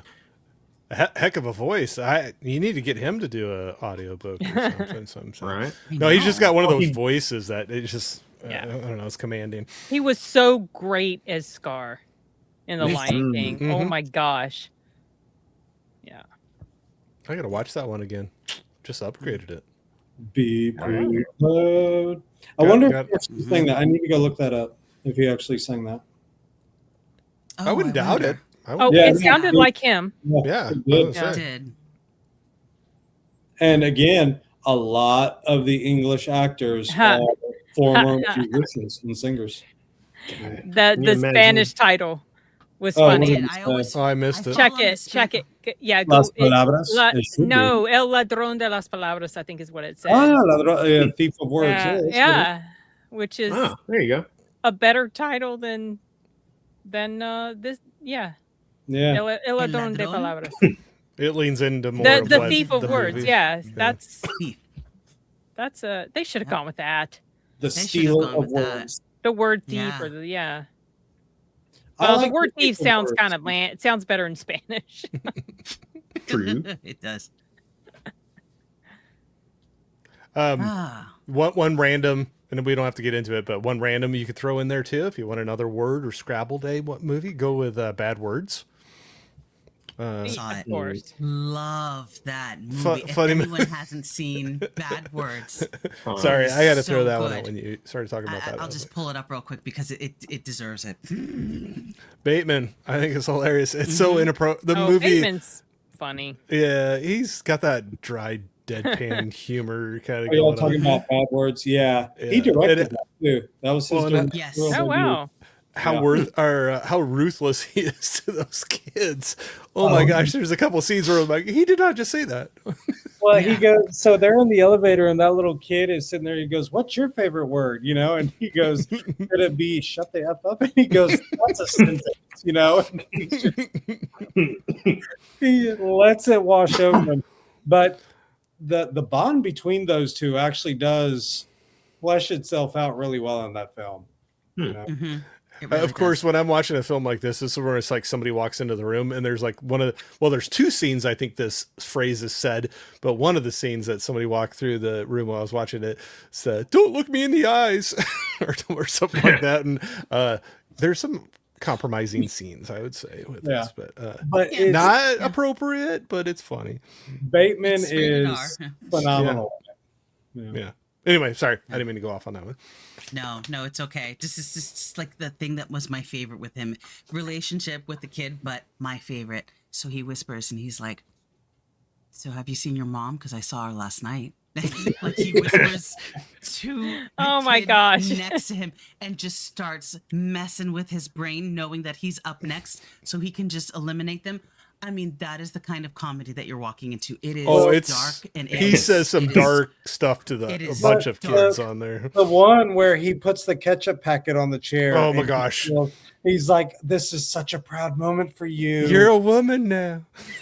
Oh my goodness. Yeah. Oh yes. He goes there. It's so bad. Like, what but year it's- was it? What year was it made? Like Is this something they could? 2007, something like that. Was Okay, it? so it's before 13, like they couldn't 13. they wouldn't. Oh make no. something like that They today. go It was- places. They go places That's in that funny. movie that Yeah. you won't see right now anyway. I mean, he tells so this mom comes up and she's like telling him that he should not be in this competition. He's a horrible person, and she uses a curse word. And so Bateman goes, "That's a curse word." And she goes, "Yes, it is." And he goes, "And that's a child." And she goes, "I'm sure he's heard worse from you." And he goes off on her in the nicest fashion of way possible, but it's still so funny. Well, and then, oh my gosh! Now I'm like, keep on thinking. It's okay. I promise I'll stop after this one. But he's sitting next to that kid. Well, I think you may have been hitting at it, but he like pulls out. It's not even. But he pulls out a pair of women's underwear. And he goes, "Hey, would you give that back to your mom, please?" I mean, it's so crude, but it's hilarious. It's great. It's funny. Yeah. It's funny. Okay, I'll have to check that one out. Anyway, Oh man, I'm Moving sad on. that it's actually Proc, and you can watch it on complex. Yeah. Green Fingers. Green Fingers, Corey, is one because you saw the Stallion that I think you will like this one. okay. This the one with Clive Owen in it, Correct. Uh-huh.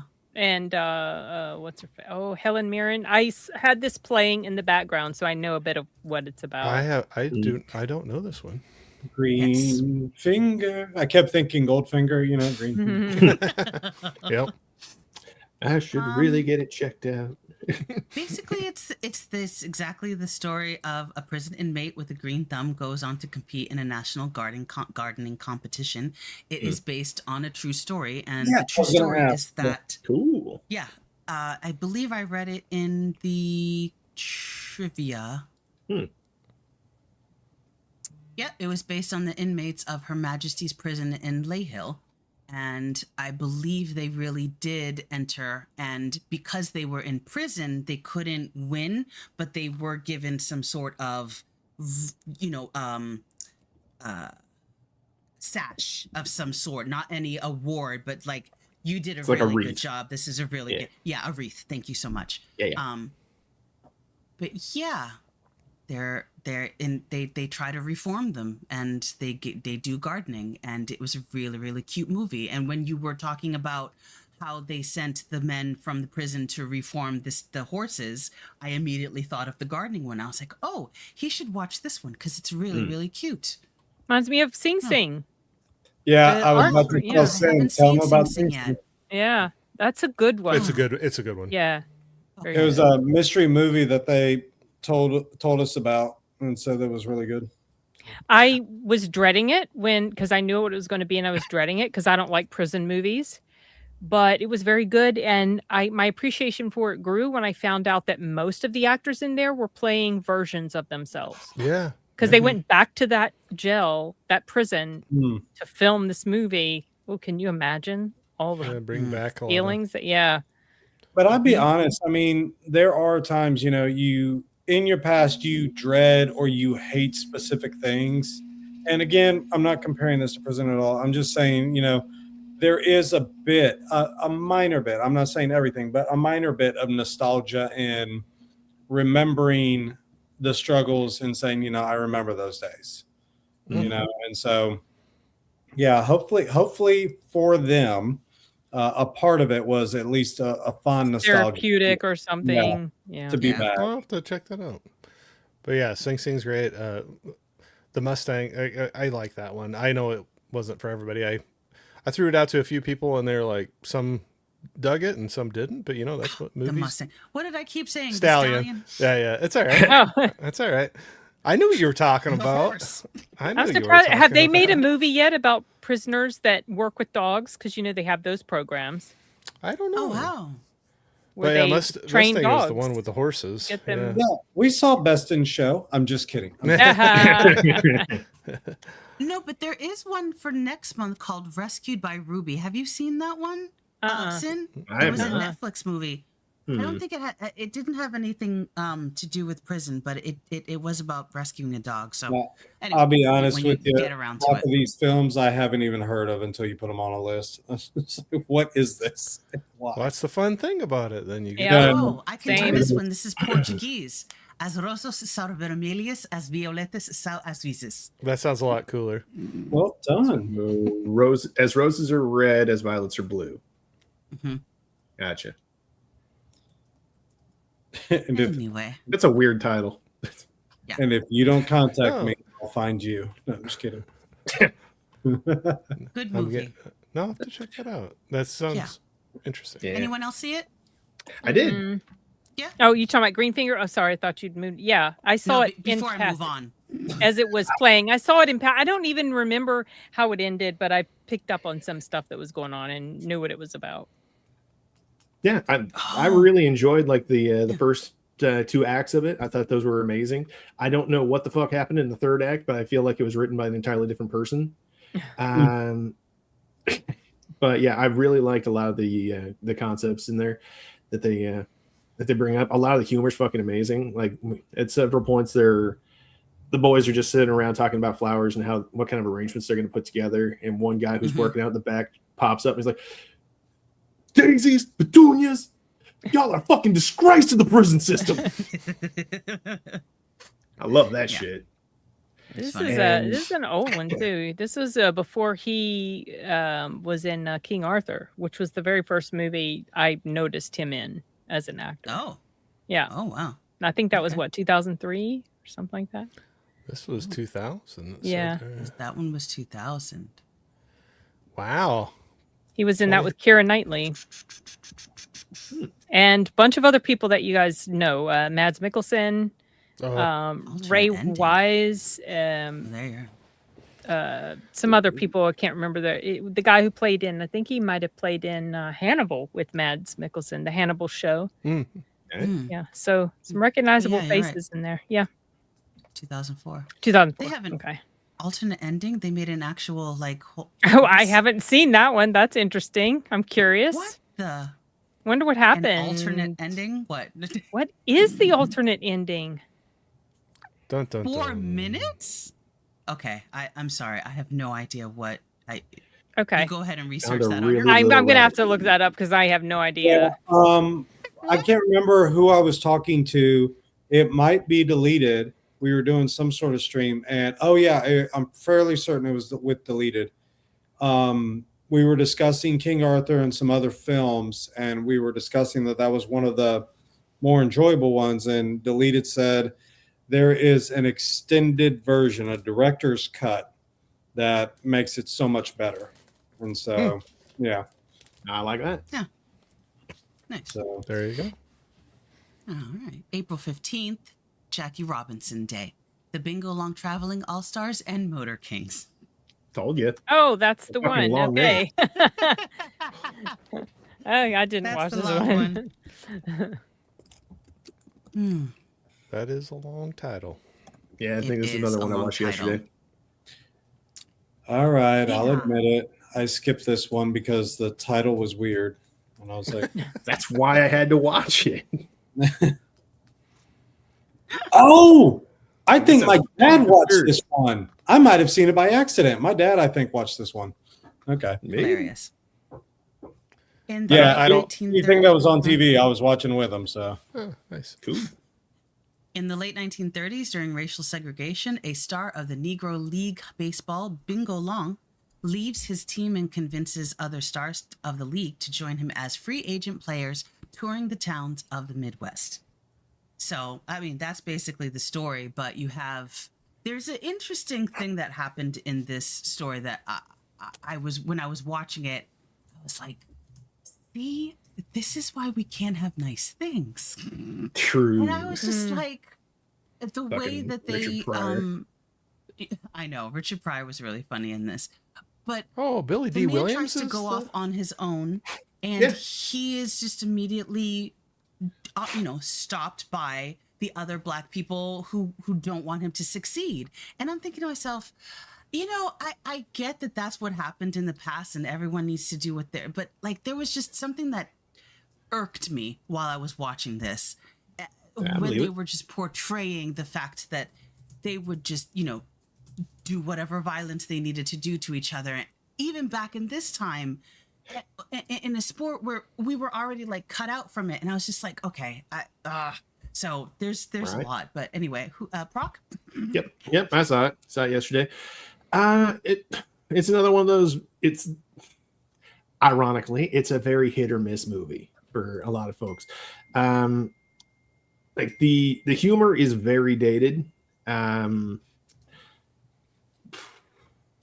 A lot of the just the general like behaviors and stuff that people are employing, especially when it comes to like leaning into like racial tensions in order to gain approval, which was an interesting bit of realism actually. That I thought was particularly well done. Some of the physical effects, like at one point Richard Pryor gets carved up with a straight razor, and then you just see him with a bunch of red paint on his chest, and okay, that's all whatever.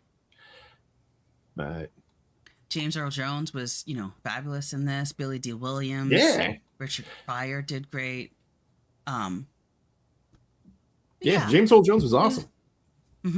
It's an interesting movie. I mean, funny, I don't really care for sports, but I love sports movies. And watching this, I was just like thinking to myself, it was interesting. did you see Miracle with Kurt Russell? Yes. Yeah, that one was one of the better ones. I think some sports movies can play it well. They do a good enough job where it can pull in people that aren't genuinely interested in that particular sport or sports at all. And still, it's not comparing the two movies, but I just like more recent one that we were in the theater where it was kind of the same deal. It was like F1, with like racing. Like, and I knew people that they would do anything else other than watch a race on TV, but they got into the movie. But I think it's good when they can weave some drama and some some characters into it that pull you in, and whether you are into sports or not. So sounds like this is one that did that for you.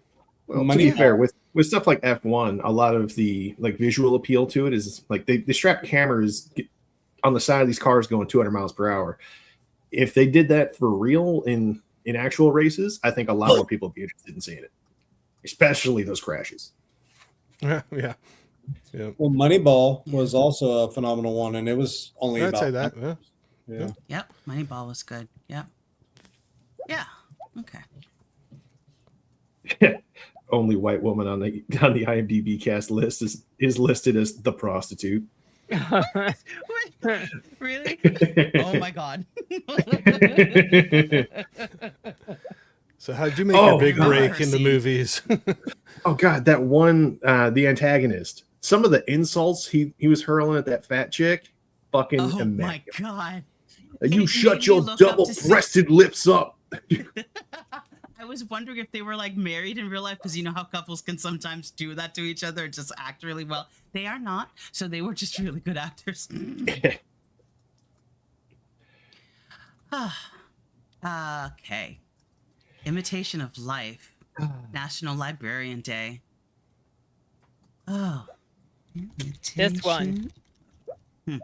Now, this is another reason why I will be joining you for as many of these as I can, because I don't know if I ever would have seen this without him.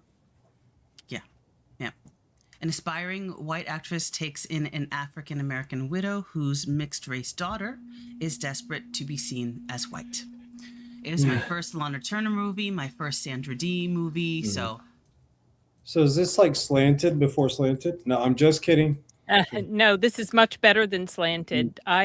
This was one of the ones that I was playing but working at the same time, but I was tuned in enough to get what was going on. I found out something interesting about the actress who played the mixed child. Yeah. She has like she's part Latina, and I can't remember her father. She's definitely got some interesting ethnicity, but she had sons who became movie directors, and they worked on About a Boy, American Pie, and New Moon, the Twilight. No, I'm not going to hold that against him. He had terrible material to work with. Fine. But yeah, I thought that was fascinating. That is. I thought the lady, I can't remember the.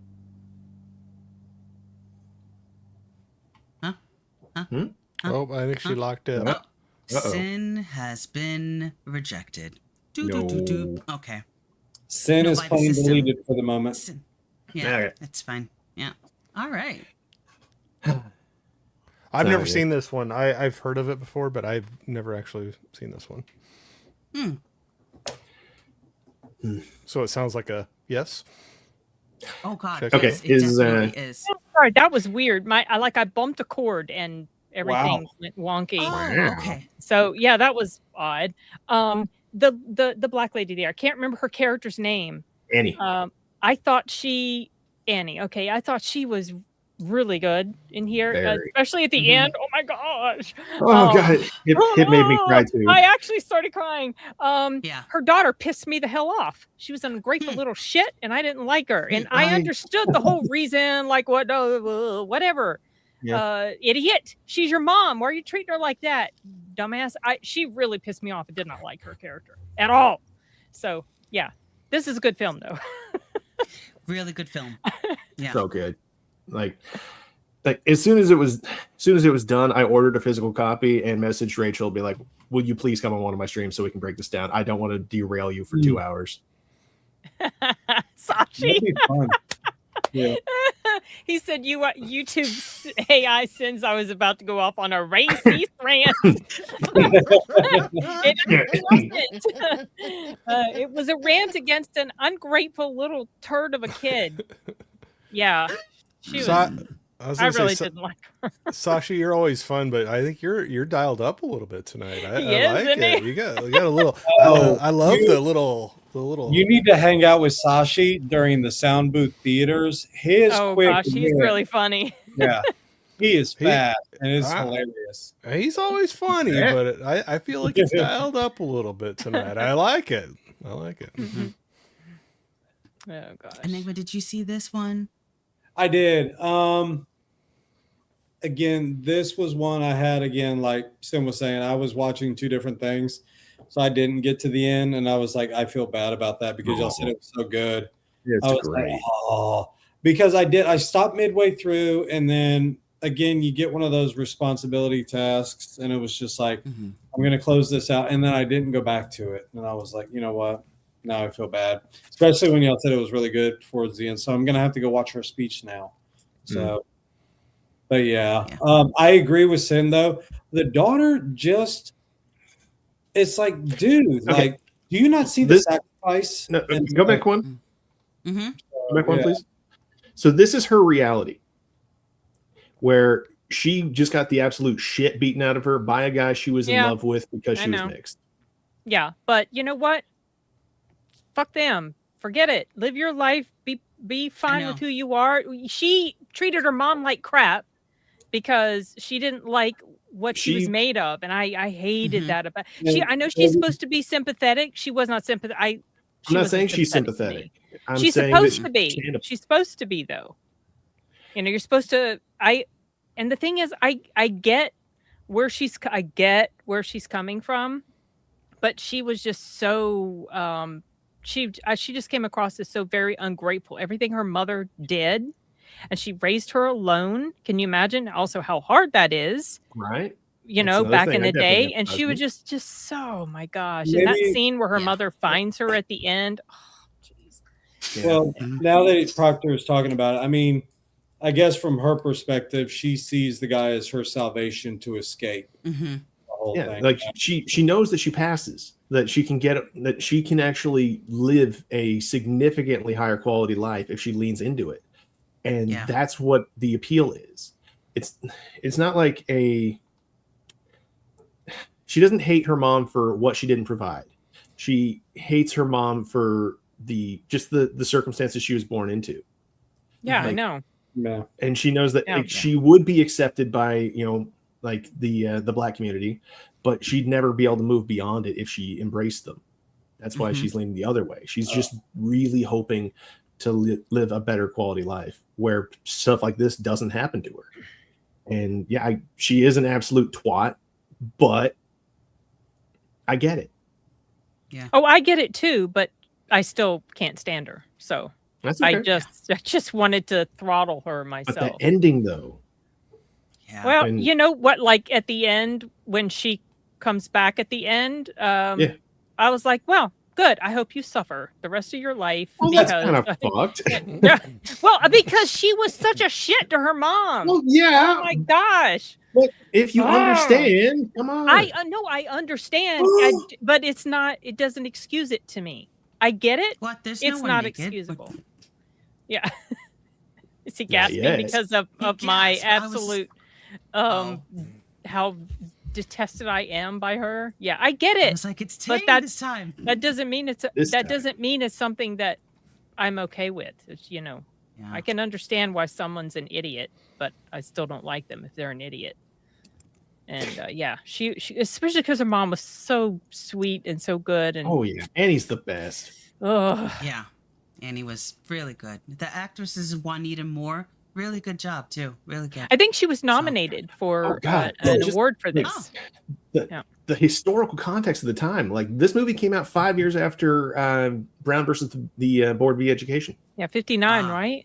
Yeah. Well, so like the shit that they're portraying in such a stark light, it was very prescient at the time. Yeah, it was. And highly recommend. Absolutely love this movie. Don't they touch on that also in was it called Steamboat? The movie Steamboat with I don't know.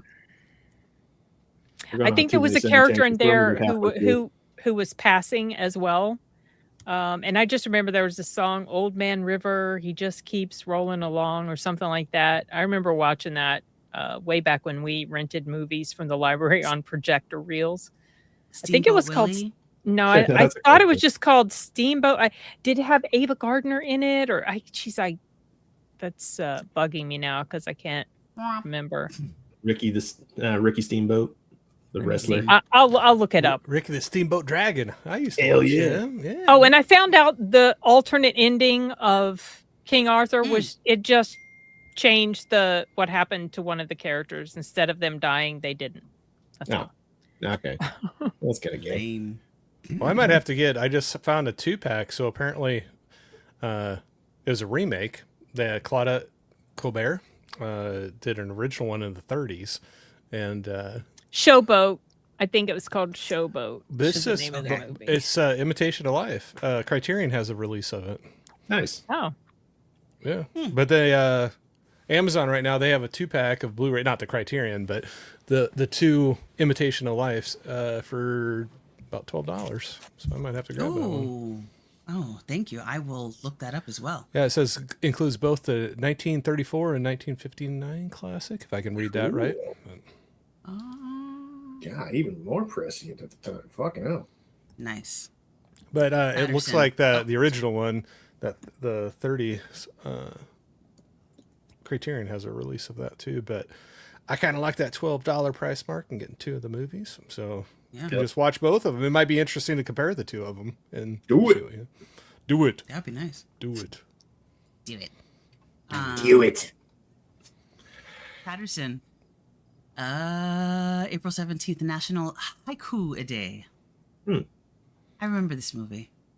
Any good? This movie was the most boring. Glad I missed it. Oh God, please stay away from this. This was Adam Driver, right? Yep. Adam Driver. Yeah, I didn't pay much attention to it when it was on. I don't think I'm a Jim Jarmusch fan. It's a slice of life film, I think. Yes, right? It is a boring slice of life. If you like New Jersey and you like listening to poetry, this movie's for you. That's it. Did you know that picture of him in the military uniform was really him from when he was in the military? Oh, really? Yeah, that's because I've seen that picture before, so I knew it was him. I knew it was like an actual picture of his military time. What were you getting ready to say? He actually got his bus driver's license to learn how to drive the bus for this movie. Yeah, oh, that's funny. Yeah, cool. Got his CDL. That's probably the only cool thing on like that. Yeah. Would y'all like to know the climax of the story? Yeah, there is no climax. The dog eats his notebook. Yep. Okay, I don't believe you. For some reason, it's true. Is it true that? Oh, okay. So she's like, no, yeah, it's for real. Really? I was watching this because I'm like, what is going to happen? What is happening? What is happening? I'm just reading my poetry and writing my poetry and my wife wants to start a cupcake business and this business and she can't do this and she can't do that. Oh no, my dog ate my poetry book. Woe is me. The end. Now I don't have to watch the movie. You just wrapped it up for me. So please don't. What's truly sad is that was the highlight and the destruction of his life right there. It was just like, dude, like you have a wife who is definitely out of your league, but is making that thing work, dude. It's like, oh my gosh. So. Yeah. Ugh. Anyway, next. Don't watch this movie. Boring. You know what wasn't boring? Oh, God. This is your time, man. Give me just 1 second here. For National Pinata Day, The Untamed. Are you able to show the photo? Are you able to show the No, do not show any of the photos. No. No, show the photo that Proctorfile put in that chat where it was it's like he's gonna seek you out for having done this. That was one of those. That was funny. That was really funny. So funny. Yeah, he was like, I will see you. Give me a sec. It was so great. I'm so sorry, everyone. I will do what Sin said next time for the future ones. Change that the parameters. Seen. This is a 6.1 on IMDb. What? I thought you meant give you guys a heads up as to what you guys are going to be watching for the next month. I can't change the parameters. The list's already made. So I was no. This one's a little spicy. A little. Just a little. The very opening scene. Okay. Jesus Christ. Tentacles. If you look at the chat, like every 10 minutes, I'm like, oh my God. I don't know if I'm going to make it. I was kind of interested in this because it was a Mexican movie. And the opening shot was like. So, share my screen and real quick, I Rachel? skipped, and I would skip, and almost every time it showed something. But it was on my list to see it, and then when he had that text, it was the funniest thing.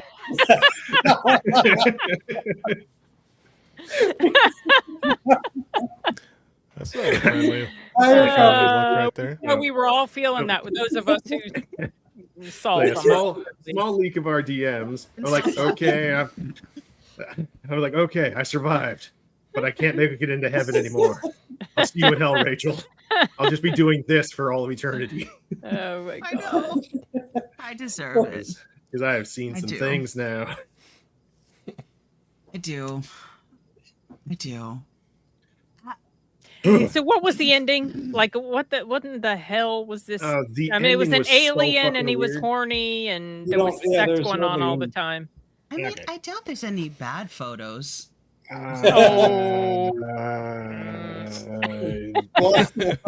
Your stream. Okay. Yeah, no. So apparently, Sounds like you're being warned away from that. Don't do it. Don't do it. following It's my not gut worth it. here. Yeah. So yeah, no, this fucking hell, Horny this movie is- alien. Okay.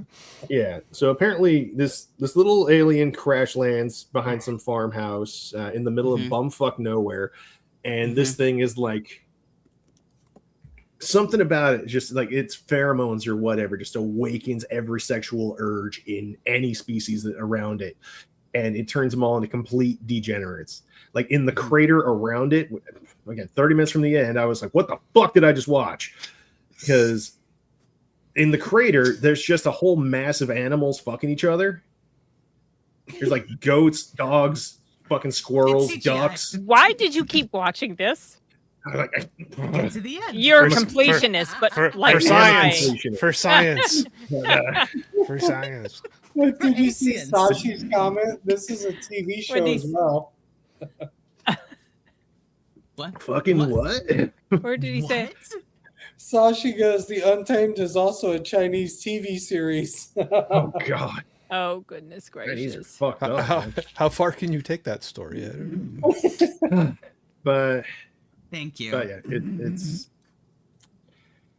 it's a weird one. Go into your own risk. It's very graphic, very undignified in the way a lot of like the sex is portrayed. Like the first time you see anybody have any kind of interaction with anybody else, dude's just smashing his wife in her sleep, just rolled her on the side and went at it. And then you watch Best in Show right after. It's like the winner. Yeah, I went from like being like staring at the ground, being like, wow, I've seen things now. I'm like that. Speaking of whiplash, you know, yeah, like that. You go from like that to that one, you're like, woo. Yeah, it was basically the android from the end of Blade Runner. They're like, I have seen things that people wouldn't believe. Yeah, and then Best in Show pops on. I'm like, this is what in the crackerjack fuck is this? Yeah. I was a little brain broken. So if you like tentacles, if you're really into hentai but don't like cartoons, watch this. Correct. Watch this. You'll see a chick get triple penetrated by a xenomorph with tentacles. I found it interesting, though, that the one slightly, I don't know if it was me that maybe picked up on this message, but how he rejected both of the men, and it's because they were homosexual, I think. Like, that's what it seemed like to me, but I'm not. No, at one point she sends in a guy who is secretly sleeping with her husband, actually. And it's her brother who's sleeping with her husband. Oh, okay. Yeah. Again, I have seen some things. And that's the least thing. No, I'm just kidding. Yeah. So yeah, she advises him to go spend some time with the alien because that'll get his urges taken care of, so that he won't feel any urge to go fucking smash her husband, which is such a weird thing to say. But yeah, apparently it was extra rough with him, and he got a head injury, and then he winds up on like life support. Okay. Wow, this sounds like quite the movie. Okay. I've put Proc and you guys through some things. Okay, next. So on to the next. No, I'm just kidding. it goes downhill from here, folks. Well, I see a good one Oh, later yeah, that was on. good. I'm joking. Next, in the realm of the senses. Okay, so Yeah. in the realm of the senses, I don't want to spend too much time on this one. This was Okay. just straight porn. I'm sensing a theme here with your movies there. Yeah, after I saw a couple, I was was just the like, AI. we're moving forward. I was like, I don't Blame the AI on everything. NC-17, and I was. Well- Is this the one you for- said was pure porn, pretty much? No, that's the Pig Keeper's Daughter. This okay. one. Well, actually, they're both pretty much porn, but this one was more artistic. It had more artistic things to say than the Pig Keeper's Daughter. That was just So nothing. it had more flowers in it. I'm just kidding. Basically, you get to a point Oh. of watching these two people become so entangled with becoming more and more erotically upping the eroticism that it just becomes dangerous. Yeah, careful. You And it got goes a down you got a from there. spicy wouldn't- one on the bottom touch middle any of there. those. Yeah, Yeah, I would. Wait. Yeah, okay. You know what Yeah. shocked me was Apparently, that she was a real person too. demon movie that Sin was talking about. That Bring Him Back, that demon movie where the little demon runs that little house and the mom is doing what its will so that she can get her kid back. You remember? Oh yeah, bring her. Mhm. Yeah, that was. Where he Yeah. grabs that stupid circular saw and starts, yeah. It's a knife. Yeah. Yeah, that was terrible. Huh? Yeah, it's a weird one, and it wasn't worth that scene, but it's basically a demon runs this house telling the lady that he'll bring her kid back if she does what he asks. She has to bring kids to her house so that he can, do his demon Okay. things. Yeah. Well, that's It's- fucking gross. It's a weird one. Yeah. Yeah. Okay, I'm good. Yeah, So I was thinking about watching the new Paddington Bear, the new one. Yeah, I haven't seen that one yet. Vetronica recommended Paddington 2 to me. what can I say? Sorry, I was just trying to be funny. Sometimes It's it fine. fails. You bailed too quick there, man. Yeah, I know. Just got to commit. God, He's go- the Moving only- on. Yes, deleted. Moving on. Paddington Bear, the only successful So- to come out of Build-A-Bear. I'm just kidding. Having seen these back in April, and then you showed the poster in the chat in our private chat, and when I had done the thing, I'd never looked at the poster. So when I saw the poster, I didn't look at the name, and I was like, "Oh, is this a new movie?" Completely not remembering that it was the one I saw in April, and I was like, "Oh my god, this one." It says a lot, doesn't it? Yeah.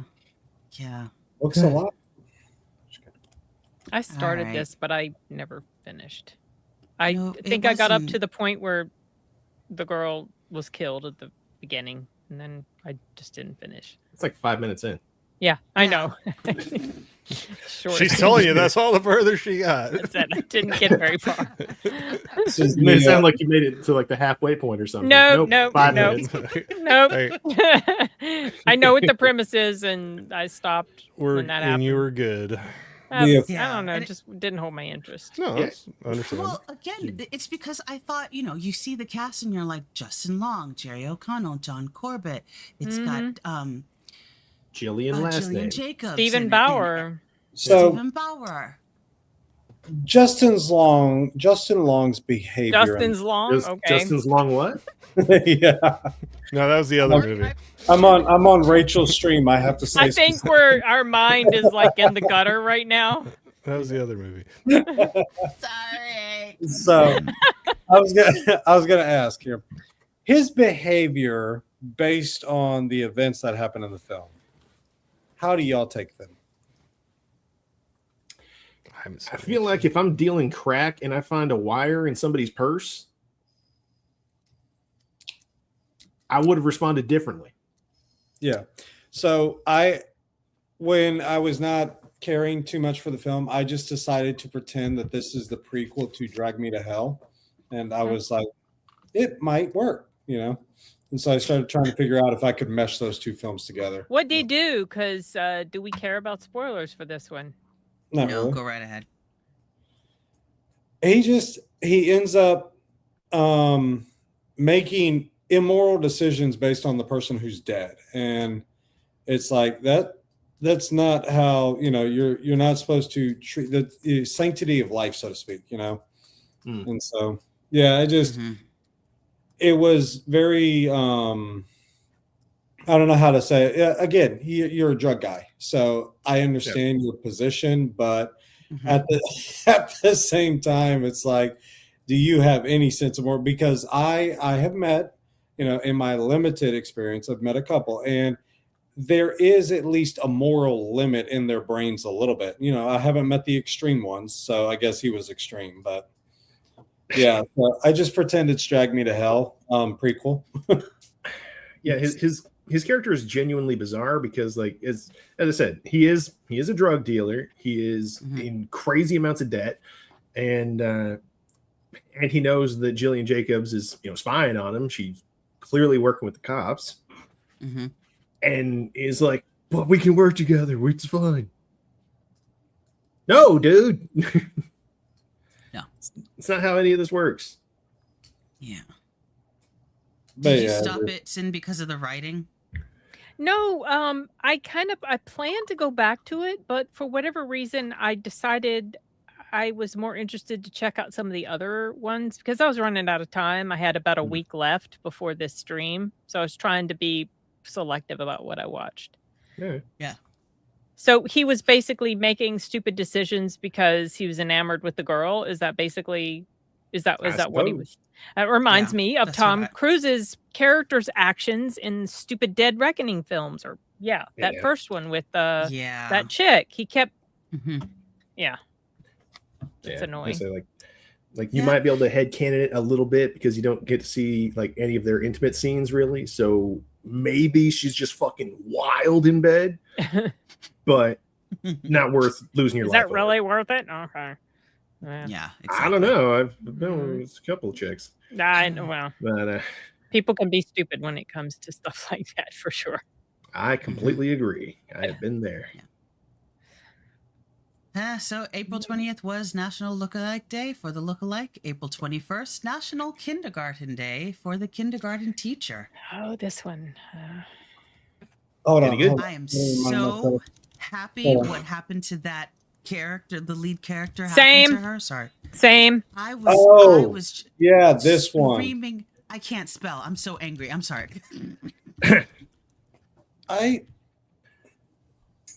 Oh, by the way, this is a remake of this. I wanted to tell everyone. It was an originally a. That was the one I was watching. Oh. My God. I see. I got like halfway through it before I realized I was watching the wrong one. Israelian. Okay. Yeah. Israeli. Excuse me. Israeli. Okay. Oh, so you didn't watch? No, I was watching the wrong one. I was watching this one. That is hilarious. I bet you it's the same. It can't be. Can't be all that different. Although fucking hell, the Israeli one again, a lot of weird nudity. This one did not. This one did not have weird nudity. This one had weird situation, like uncomfortable. So it might as well have been nudity. They probably just took what you saw in the Israeli one and was like, how can we make it American uncomfortable? And it really Maggie's is. Face it borders, is throwing me off. It borders grooming. Throwing you off? Yeah. She does not have a photogenic face. The camera does not like her. Really? It's painful to watch her, honestly. I have never cared for her, just in general. What was generally she was the worst part about The Dark Knight. She Fucking ruined hell. it. No, she didn't ruin it, but her presence was a huge downgrade. Oh my gosh, yeah. She is basically the female version of her brother, and her brother's face doesn't look great on a female. She's giving off 50-year-old hooker vibes. I mean, she can't help it. So but it's just that's her unfortunate situation. It's sad and gross. Is this this reminds me of another film, and this is what I kept thinking about, but I never went to go look for it. This reminds me of The Good Mother, I think, with Diane. Yeah. Sorry. Yeah. Looks like her eyes are sunk into her head. Yeah. All right, go ahead, Enigma. What? No, I'm sorry. I thought you were agreeing with what I said, but No, we're just taking I was in my own world. The Good Mother with Diane Keaton, the one where the woman believes that the child is better off with her, so to speak. Oh no, I haven't seen that. It's from '98. There's one mom who has a child. Well, Diane Keaton, I believe, is this good mother, or this woman who is basically sitting for the kid and doesn't have a soul. Progressively makes it her own, or tries to make the kid her own by circumventing the mom herself. And so she just looks so strung out. Yeah. Yeah. Yeah. Put her away, please. But yeah, it's basically like this. It's like this would never technically happen in real life. They would have her already at jail, you know. And she was married or with somebody already, and then she ended up hooking up with another guy, right? Yeah. So that was an immediate, okay, I don't like you. And then her behavior with the kid was just, and then when she went and took him at the, oh God, kid was smart. Kid was teeny tiny and very young, but smart. And he realized, I loved that he locked her in the bathroom and called the police and said, I've been kidnapped. My man. Tiny little thing. He's like, yes. Oh God. Well, because it's like what you approached on the original affair or whatnot. Her moral compass, it's almost as if she's trying to search for that absolution inside the kid or something. Yeah. You know, with his words and with his stuff, and it's just awkward. Very awkward. Yeah. La profesora de Pavulario. Pavulario. Yeah. Parvulario. I don't even know what that is. That's what I was going to ask you. I've not. I know. That's where unusual. we stop on the Spanish one. Yeah, I know. Hold on for a second. Parvulario? Is that maybe Italian? Is that maybe Italian or Portuguese? Yeah, that would not be what we would say. Oh, okay. Pavulario. We would say la profesora de la jardinera or whatever is basically the jardín, the little kindergarten kids. Kindergarten, okay, yeah. Jardineria, that type of stuff. But yeah, no. We wouldn't call it parvulario, but no. The Portuguese one be like the professor and the predator. We'll say the chat. Deleted's like, okay, skip this movie. In fact, let's never talk about it again. Yeah, please do. It's not great. It's not. And she's an unlikable character. I was right. Yeah. Maestra de jardinera. Yeah, nice. That's right. Jardinera. The jardín, the little garden. Spanish teacher knows Spanish. Yes. Yeah, I know. I told my kids a lot. I like, guys, you know, I'm switching in between languages a lot. And when I'm doing that, there are words I'm going to know them, but I'm going to most likely forget because I'm not accustomed to saying it every day like I used to, you know? Yeah. So. But then there's also a lot of differences, isn't there, between like Spain Spanish and Mexico Spanish? Those are extreme differences. Yeah. I mean, there's Spanish, a lot of Latin American Spanish, Caribbean Spanish. There's a lot of differences, but you're not alone, Enigma. My husband, who's Mexican, sometimes forgets what's the Spanish word to say because he hasn't said it in Spanish so long, maybe the English word, but he doesn't necessarily, like, what is that word? But when you hear it again, it's like, oh yeah. You're like, yeah. There was one. You can't really, it's not that big of a deal when you forget certain words. Like there was a stream a couple of weeks ago where I forgot the term dog whistling and just sound like an idiot for a while. Don't you hate when that happens and you know the word? It's just not coming from your brain out. You know, I could have sounded smarter. but I'm So not. we had this one. She's an awesome woman, but she works at one of the schools I was at, and so this one person was basically from this film, was making poor decisions, and so the result was we're not going to allow you to stay here, and so this one lady came up to me, she's a Spanish speaker, and she goes, "Did you hear the news?" And I was like, "Yeah." And she goes, "That lady was such a boba." And it was that was a really dumb person. And so I was like, "I hadn't heard that in forever, boba." And I kept going with it. So, yeah. Okay. 22. April. What? As you can tell, ladies and gentlemen, we're getting to the end of the show because Rachel's mouth is getting tired. Okay. Okay. April 22nd, Earth Day. The East. This was I didn't watch this because the premise looked completely uninteresting to me. If this is the one I'm thinking of, right? An operative for an elite private intelligence firm finds her priorities changing dramatically after she's tasked with infiltrating an anarchist group known for executing covert acts upon major corporations. Yes. Skarsgård? Yes. Yeah. Skarsgård, Britt Marling, one of the Skarsgårds. Elliot Page, Toby Is he not Kebbell, wearing pants in that photo? Charlotte Fernandez. I cannot confirm nor deny. That does not look like it to me. Where? What, for this one? No, go down for the top cast on the right-hand side. That Alexander Skarsgård, he has no pants. Wait, you might not want to bring the picture up. I don't know. What? He's a daring young fella. He doesn't have a lot to show. I'm telling you, Rachel is making the legitimate effort. She's like, "I will." I'm pretty sure it was really hot that night, and he just couldn't have the pants on. Yeah. So, enjoyed this one, Rachel? Fan? Yeah. I love that that's the picture. Yeah, what was Ellen Page? Yeah. So I was watching the movie, and I was like, "Who is this girl? Who is this girl?" She's the girl from the OA that I watched. Oh yeah. So and I remember thinking, I never really liked the OA. I don't really think I like Britt as an actress. So I didn't necessarily care for this movie. I thought it had a good message, but yeah, I don't know. It wasn't for me.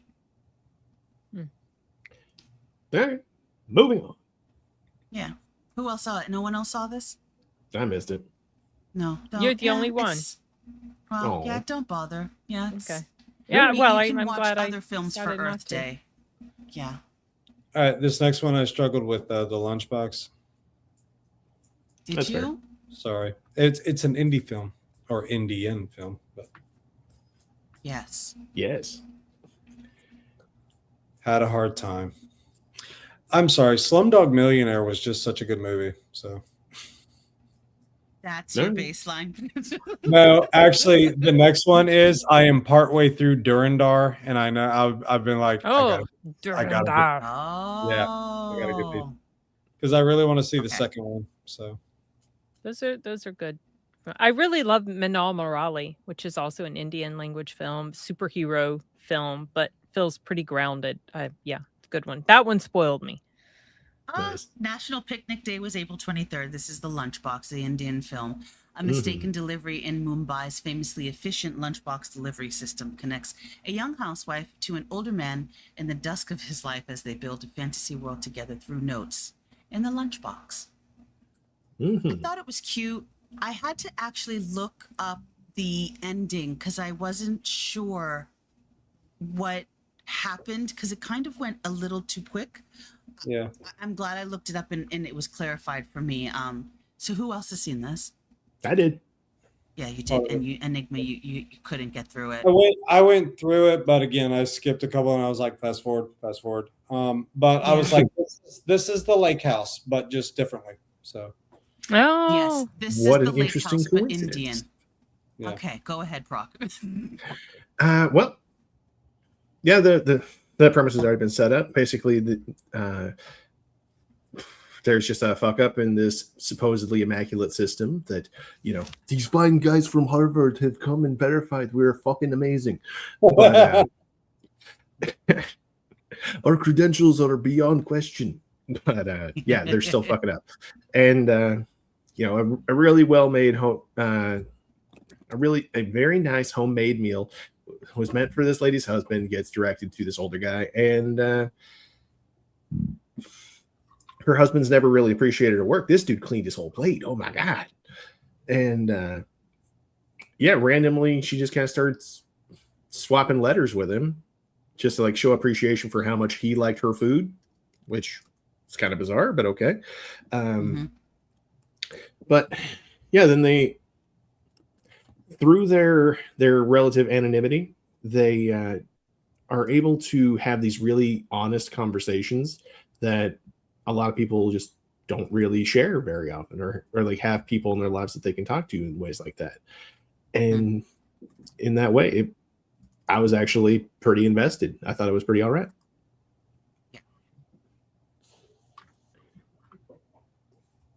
I'll admit, she's very attractive. She's is very attractive. Yeah, even this guy here, the guy on the left, who initially comes off as just like a kiss ass, bit of an idiot. Just like, yes, I'm here to take your job. I will train very hard. But then you get to actually learn about him, and he's actually a surprisingly strong guy. And yeah, I appreciate his character, even if he does come off as a little disingenuous initially. Once you get under that surface, it's well worth it. Yeah. Are there music videos? No. Oh, thank goodness. No. The where have I seen that guy? Where have I seen that guy? He's in everything. He's in everything. Here, I'll show you. But he's been. I've seen him in a movie. I'm not placing. Oh, he was in Jurassic World. Yes. That's cooler. You said. No, not that one. No, is he the CEO? Yes, guy? that's the one. He was in Jurassic. Oh, sorry. If you were talking about something else. Oh, there it is. Yeah, there you go. And he was in Slumdog Millionaire. Masrani. Okay. Yeah, he was in a lot. The other rom-com that I actually do like of the Indian films, and it does have, I think, a couple, not a music video, but they do have good montage songs. I Hate Love Stories. That one was hilarious. It was a really good one. Nice. But yeah, that's an Indian film. So yeah, this was a cute movie, but basically it just like and it was said earlier, it's the Lake House Indian edition. Mumbai edition. Another hit or miss movie. Plus, it made me hungry. I was eating all through. I was like, I want some food. We actually had Indian tonight. Nice. Speaking of beautiful women, it's funny because my mind is doing these hopscotch things, jumps, leaps, whatever. The guy who plays in Dhurandhar is the main actor, is married to an Indian woman that I think is one of the most beautiful, gorgeous women I've ever seen. She's in various Indian films. She played in Pathan. Her name is Deepika something. She's a pretty big Indian actress. So yeah, just thought that was funny. Cool. Yeah. No. Not doing it. And okay. The Pig Keeper's Daughter, Pigs in a Blanket Day. I mean, within 5 seconds, you're literally seeing. I bet you there's not even any pictures. Oh no. Because it's so obscure. Degenerate. It's God. God. Oh God. Okay. Oh, there are photos, but I highly doubt there's photos that. Yeah. There's photos with clothes on, but I'm not clicking on it. Don't do it. I was going to say, tread lightly. From what you're saying so far, the poster alone. The poster. Thank you. The poster alone. Look at this. Oh That's my. Enough. Yeah. How about It tried to be a comedy. Like it kept doing these like weird. I don't even know how to say it. like a segment, like almost like segments, and you would just see TNA, and I was just like, what the? Okay, listen, there's no story. There's no story. There's one thing if 70s movies are trying to be a raunchy comedy, but they have some sort of like story to it, like what's the house one? Animal House. Is it Animal House? There's Animal House. Is that 70s? Yeah. Or is that 80s? Well, anyway. Maybe 70s, I think. Yeah. But you get, and then there's another thing when you're just full on NC-17. This doesn't even have a rating. It was. I can't believe money was made and all this stuff. That was please. It doesn't even need a rating, and y'all know me. I am no prude. Yeah. This is giving me like some John Waters vibes, and I've only made that mistake once. Yeah. Never again. All right. Never again. Okay, next Let's film. move on to something film. good. Gattaca. Gattaca. Great movie. Gattaca's all right. Yeah. I You've like seen it. it. You've seen it, Corey. I got the Steelbook. National DNA Day. It's even got the little Slippy on there. Jude Yeah, Law this is a good and one. Ethan Hawke were awesome in this. I used to some- always get them mixed up, those two, for some really dumb reason, because they really don't look alike, but I kept mixing them up. We get Uma Thurman too. Yeah. Yeah. This was an interesting film. I saw it years I like ago. it. I dig sci-fi. This is like Mm-hmm. my bread and butter. So yeah, I love, especially when it goes a little dystopian or not little, lot dystopian. I dig them. So it kind of was just in my wheelhouse of what I loved reading books and sci-fi books and things like growing up. And anyway, this just went right into stuff. I'll eat this stuff When up. Josh found out this was the movie for the night back then, and he was like, "Oh, you've never seen Gattaca?" I was like, "No, I've never seen Gattaca. There's a lot I've not seen." That's the whole point of these movies, these calendars. Broaden the horizons. The idea and what I really enjoyed is the fact that for as much as that civilization depicted that they were based on science determining your outcome, I love the fact that he is this anomaly to demonstrate that you still can't measure everything. And so I really love this. I watched it. I really want to say I would go through it at least once a week because it was on TV. It was pretty popular. And then I have the DVD itself. So, yeah. Look at that young Ethan Hawke there. Oh, yeah. And I was a big fan of his because he had come out of the movie, which was one of my favorite at the time, The Newton Boys, that had Matthew McConaughey, Skeet Ulrich, Vincent D'Onofrio, and Ethan Hawke, all as brothers doing the bank robberies. I was like, I love this film. So, yeah, back from 97, we're pushing 30 years on this thing, right? Yes. Yeah. Next year, right? Yeah. Matt, I'm like, man, look how young all three of them look. And I'm like, oh, yeah, it was 29 years ago. They were quite young. Yeah. This is also around the time he did Before Midnight, or what was the original of it? It was Before Midnight, Before Sunset. Before Sunset, Sunrise, and Midnight.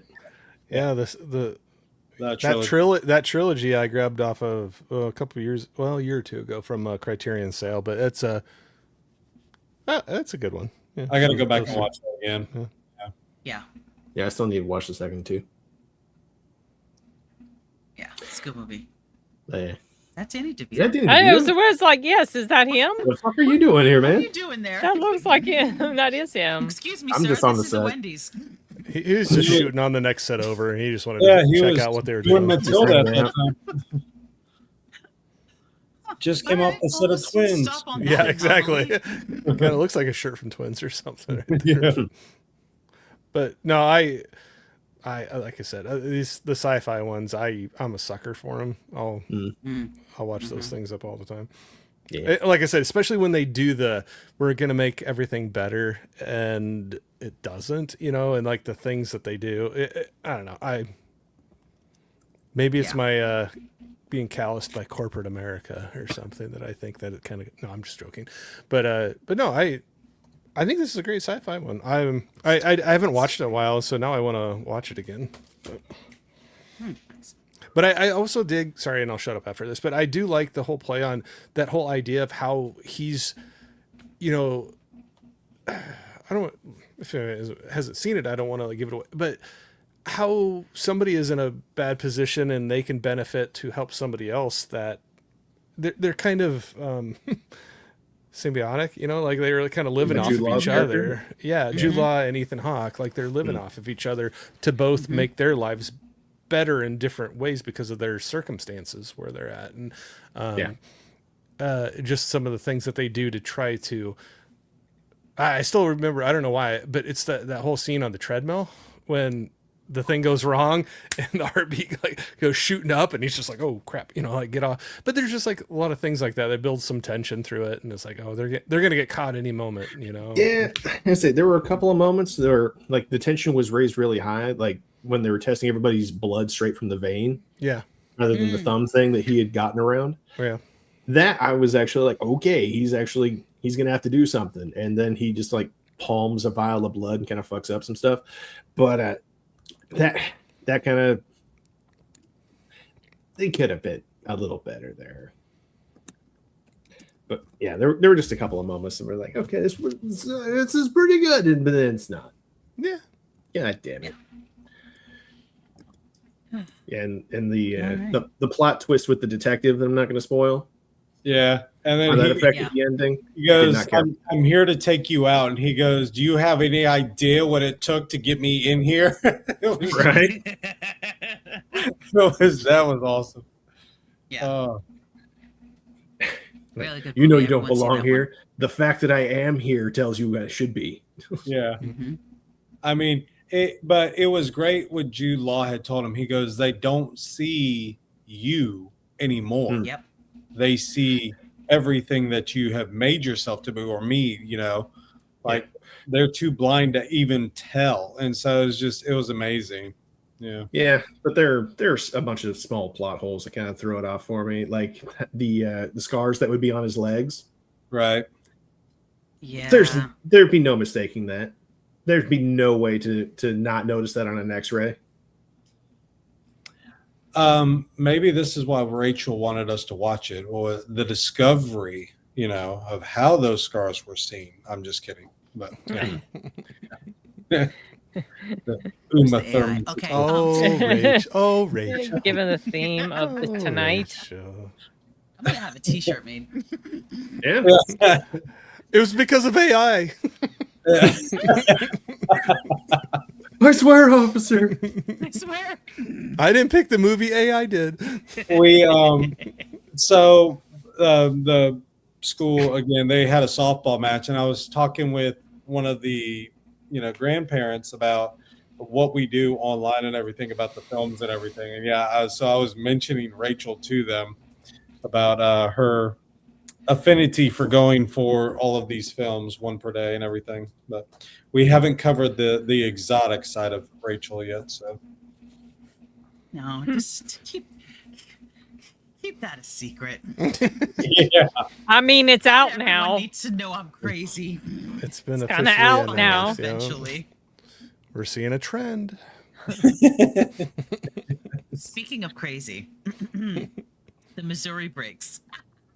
National Help a Horse Day. I was like, please don't let anything happen to the horses. this The like horses. deleted was talking about, or Sashi mentioned to deleted, because they're both saying they're getting up there or whatnot, where Clint Eastwood comes out and goes, "Get off my lawn." This is basically it for the Westerns. Yep. Yeah. So I had seen what was that? Oh my god. What was the January movie with Clint Eastwood, and his family gets killed and he goes after them. Dang it. It was in January. I can't even remember these names anymore. Unforgiven? That's not it. No. No, Wait. Is that the one? Is it a Western? Yeah. Yeah. It was my first Western, and now this is my second Western. Anyway, that was my first Western. This is my second Western. Hang 'em high? Really No. wanted. Hang 'em What high. did I watch in January? I was with you for most of those. I know. You weren't for this one though. Who was it? Clint? You know what? I gotta look it It up. can't be because Clint now- Eastwood. Was His it family's Joseph? on- Was it Josie Yeah. Wales. Maybe. Yes. I don't thank even. you. I've only seen that once, so I don't remember the premise. Oh, the Outlaw Josie Josie Wales. There we go. Wales. Yes. Yes. Okay. Okay. Thank you. So this Well, was he didn't nothing go like that. after him. He didn't go after him. He's more of on a run to prevent, but he's taking everybody out as he goes. Oh, yeah. So the Missouri breaks. Tom Logan is the leader of a band of horse thieves. Montana rancher David Braxton has horses and a daughter worth stealing. Braxton hires infamous regulator Lee Clayton, played by Marlon Brando, Regulators. to hunt down Mount and up. annihilate the rustlers. Marlon Brando was psychotic in this, and it was hilarious to watch. But if you want to see somebody match up with him real well, Jack Nicholson. Hell yeah. Look at him. He looks so different. Right? And like, No. I honestly, walking into this one, didn't expect that I'd be able to. I honestly thought the whole time I'd just be seeing Jack Nicholson. But he kind of sinks into this role. He does a really good job. My first experience with him is The Shining. That was where I first saw him. So Cool. I don't remember the first I time. can never get The Shining out of my head when I see a young Jack Nicholson Sitting there Yeah, frozen he's in got that the crazy look. wilderness. Yeah. He just. I've seen this in passing. It's played before on Pluto TV, so I remember that I have seen portions of this, but this is not something I paid complete attention to, so I don't even remember Marlon how it Brando ends. was or throwing anything. star. It was way funnier than I had expected it to be. Was Honestly, it a They put comedy? lot. No. It wasn't a comedy. No, not at all. He's getting ready to throw a arrow at someone. Have you guys ever seen the film Changing Lanes with Samuel L. Jackson and Ben Affleck? Yeah, Ben Affleck seen part of it. Yeah. It's kind of like that where no, they're not playing around, but it does become funny with the extreme measures that they're going to. Yeah. Like at one point here, Brando dresses up as a chick. Yeah. Oh And gosh. to like Really? infiltrate an area. Oh my goodness. Yeah, he's an absolute just nutcase. An absolute nutcase. It was nice to see him in this. I think the only thing I've ever seen him in was The Godfather. So, Oh, you never seen Superman? oh, okay, never mind. I saw Superman. Oh, So okay. this is like the third one. Sorry, Just in my head. You have to remind me of those things. Yeah, it's a good movie. That chick, fucking hell. It was interesting. Yeah, she was a bit bizarre because like she's just throwing herself at Jack Nicholson, and he's just kind of like, "Well, hold on there, hold on, just well, hold on. I'll get off my horse when I'm good and ready." Yeah. Yeah, like I messaged you like midway through the movie and was like, I have rarely seen a chick this desperate for a good ticket. Damn, god damn. It's like options are limited back then. No shit. Missouri Breaks. Interesting Western. Yeah. Yeah, it's pretty all right. Yeah. April 27th, National Prime Rib Day, Dinner Rush. Also, another thing. No, I'm sorry. Yeah, go. We can move on. I'm just making mention. No. A lot of the contracts and things were not specifically done or negotiated directly with the actor in the film. It's like you were with a film company. You have a contract for certain pictures. You don't get to choose those, so to speak. At least not all the time. So weird. Wow. Is this before casting agents? This is a weird Italian one. Yeah. All right. It was weird. At a popular New York City Italian restaurant on a dramatic, busy evening, there are two gangsters, cop detective, a food critic, an ex-bookmaker owner, his chef's son, and an indebted gambler sous chef. That's all the characters. It takes place all in Doesn't in even the list restaurant. everybody, just this etc. Yeah, I mean, there's so many people. There's a young, a Phoenix. Summer Phoenix is in this. She's really pretty. Yeah. Danny Aiello. I found Eduardo Ballerini interesting to look at. Yeah, that's a very polite way to describe it. Yeah. But the movie was a little too much. It was all over the place. Yeah, very. I really liked Carmen and Paolo's character. I thought, if anything, of all the storylines, that I liked that storyline the best, because I thought that these two actors interacting with Danny was really good. I could have cared less for every other side, plot that was going on. Yeah, there was Jesus a lot going on. 23 photos, and they're all dinner rush. Right, they're all just nobody actually watched the movie. I felt this was like a Guy Ritchie effort, but did not land.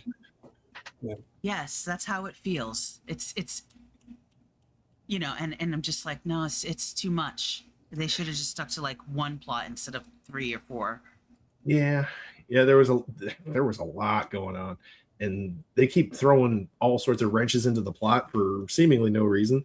Like, so Paolo and the other guy are talking with the big guy there, who they're like, okay, this what's his face has a shit ton of debt that he owes us, and this one, we should work together. We can cut you in on some stuff. We can make this a little easier for you. But he didn't go for the deal, naturally. And so they just cut the power to the whole fucking place. Yeah. You're like, okay, candlelight dinners all around. Let's go. Yeah. I mean, if you there's Vivian Wu, which we watched her in that wonderful movie with Ewan McGregor's McGregor. That was her. If you remember that reference. I remember that reference. You're just going back to your. This has been a theme. My girl. Almost done. Okay, we're almost there. Speeding through. But yeah, no, Dinner Rush, meh. Yeah, I would recommend it. Nah, it is a funky one. The ending is super jarring. All the knots just kind of get tied together super fast. There's a whole bunch of like really random side plots, like with the guy in gambling debt. He just kind of leaves in the middle of his shift. What's her face kind of follows him out, and they wind up like, I might die tonight. We may as well fuck right now. Yeah, and they do. Just against the wall, against in the the wall snow, in New York City, in the alleyway. Oh, it's just disgusting. Anyway, it's some nasty shit. Disgusting. I hated this movie. My Blueberry Night, National Blueberry Pie Day. It was so slow for me. You didn't like it? No. Oh, did you? I did. Okay. In fact, I recommended it to a guy I'll be streaming with this Friday. Oh, okay. I love the okay. She's like, don't put that on a shirt.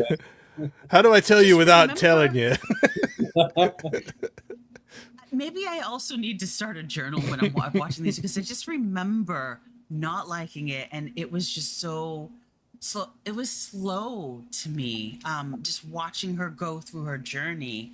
A young lonely woman takes a soul-searching journey across America to resolve her questions about love while encountering a series of offbeat characters along the way. It's directed and half written by Wong Kar-wai. Yeah, Wong Kar-wai.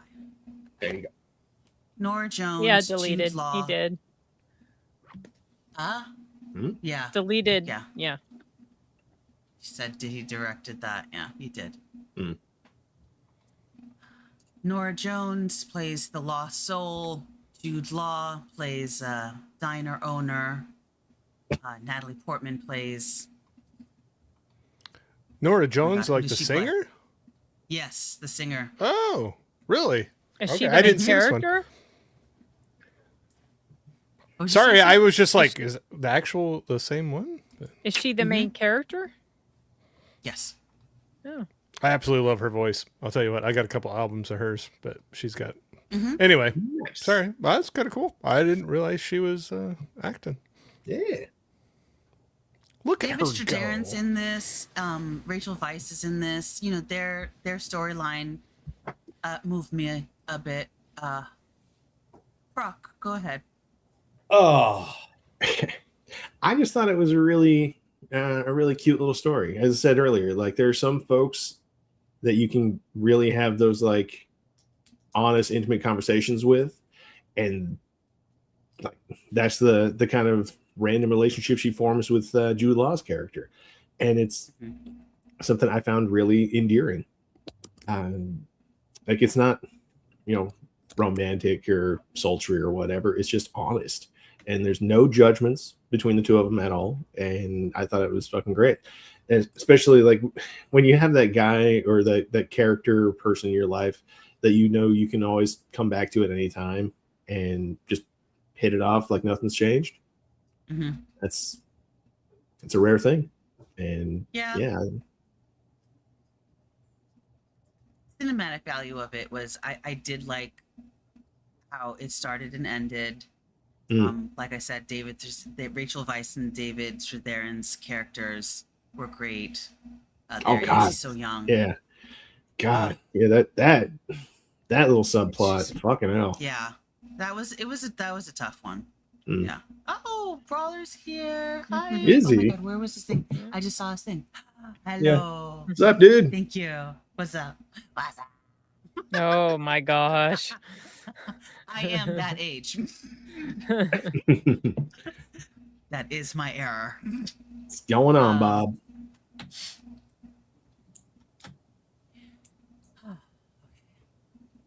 But yeah, there she is, Norah Jones, the singer. Device. I'll have to check that out. Yeah, check it out. I didn't realize she shows you how little I know about things. But yeah, no, I dig some of her singing, so I'll have to check that out. Make sure you are eating some pie of some sort or some blueberry pie. No, it's not new box office. I can't old. do the. Oh no, almost 20 years old. Yeah, this is 2007. Yeah. Yeah. I can't do the blueberry, but I'll get something else. Maybe some apple or something like that. Brawler, just in case you didn't know how crazy I am, if you haven't been notified, I'm watching a movie every single day this year, and I made a calendar, and then I invited everyone to indulge in that wonderful hobby of mine. And so now we're just going over everything. And this particular month is has had a specific theme. A little depraved. Not up your alley, box office. Let's just say it's a good thing that you missed the first maybe 2 hours of this movie. So of the stream. It's a spicy show.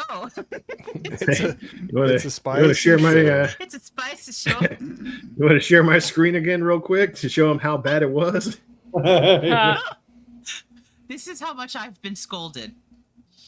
Yeah. This was my face after one of these movies, and I'm no fucking prude. I love it. You made me watch this. You made me watch this. Yeah. Oh it was so perfectly encapsulating, though. It's the AI's fault, box office. I just told her she needs to change the parameters of the instruction so it can steer clear of that. Can you dial down the spiciness level on the next month? Now watch it only give us like PG movies and they're going to be boring, So you got to think about how you word that. And on the 12th, it's Teletubbies Go to Town. Or sorry, that might have been too old one. That sounds like an X-rated film I do not want to watch. No, that was supposed to be a kid's one, but it is a kid's one. Watch Ninja Turtles. Did you say Teletubbies Go to Town? Yeah, that's what he said. I didn't mean it. Oh my gosh. Full frontal. Next movie. Full speed. Okay. You can make any innocent comment sound dirty at some point. So those little TVs on their bellies, Oh, showing all sorts of graphic shit while they're doing horrible things to each other. I'm just going to stop because I'll say something else I'll regret. Watch me do this to you. 29th. It's April 29th. I did not International care for this Dance film. Day. No. Did you know it was remade? Wait, Yeah. which version did you watch? I watched the one with Richard Gere. So That was the one that was on the. That was the one. yeah. I didn't care for it. It's build up. So you watched the one with Richard Gere, not the 96 one, the original. So you did it wrong. I watched the one with Richard Gere. That was the date. That was the one. It says No? 1996. See? Oh, 96. Really? That's why. Oh, okay. All right. Yep. Gotta be specific with It's the okay. years. Because I had seen the 2004. Richard Gere one first. And so when I watched this one, I was like, wait, is he going to do this next? Did that next. Is he going to do this? It is a shot for shot. So actually, the Richard Gere one is a shot for shot remake of this one, except that the, is this Chinese? Or I don't know. Japanese. The Japanese one. Yeah, Japanese. It does a little bit more. Oh, detail I'm into thinking the of. side I'm characters. sorry. I'm thinking of the Richard Gere, that other movie he was in for this month. It's getting late. My brain's not working. Oh, yeah, that- yeah. It's okay. We're Sorry. almost there. Okay, this one I'll probably give a better shot. The Richard Gere one, I don't like the fact that there's this insinuation that he's moving on in life and he's potentially going to get with J-Lo and these different things. And this Ooh, she was in that. Okay, I'm so Yeah, glad. she was in that. That's not how this And- one is. So give this one a shot.